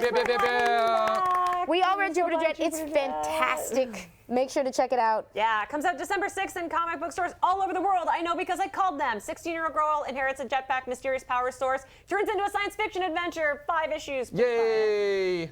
And check out the new issue of Critical Role Tales of Vox Machina that came out today. Yay! Got something to get today and next week. Yeah, every week, one a week. I don't have a comic book, so don't go check that out. Yet. Make one. Yet! Thank you all. I'm Taliesin Jaffe at Executive Mouth. I'm Ashley B. Robinson. I'm Enthusiamy. I'm Matt Key at the Matt Key. And comics are for everybody. Yay! Go read it! No, for kids. Beep, beep, beep, beep.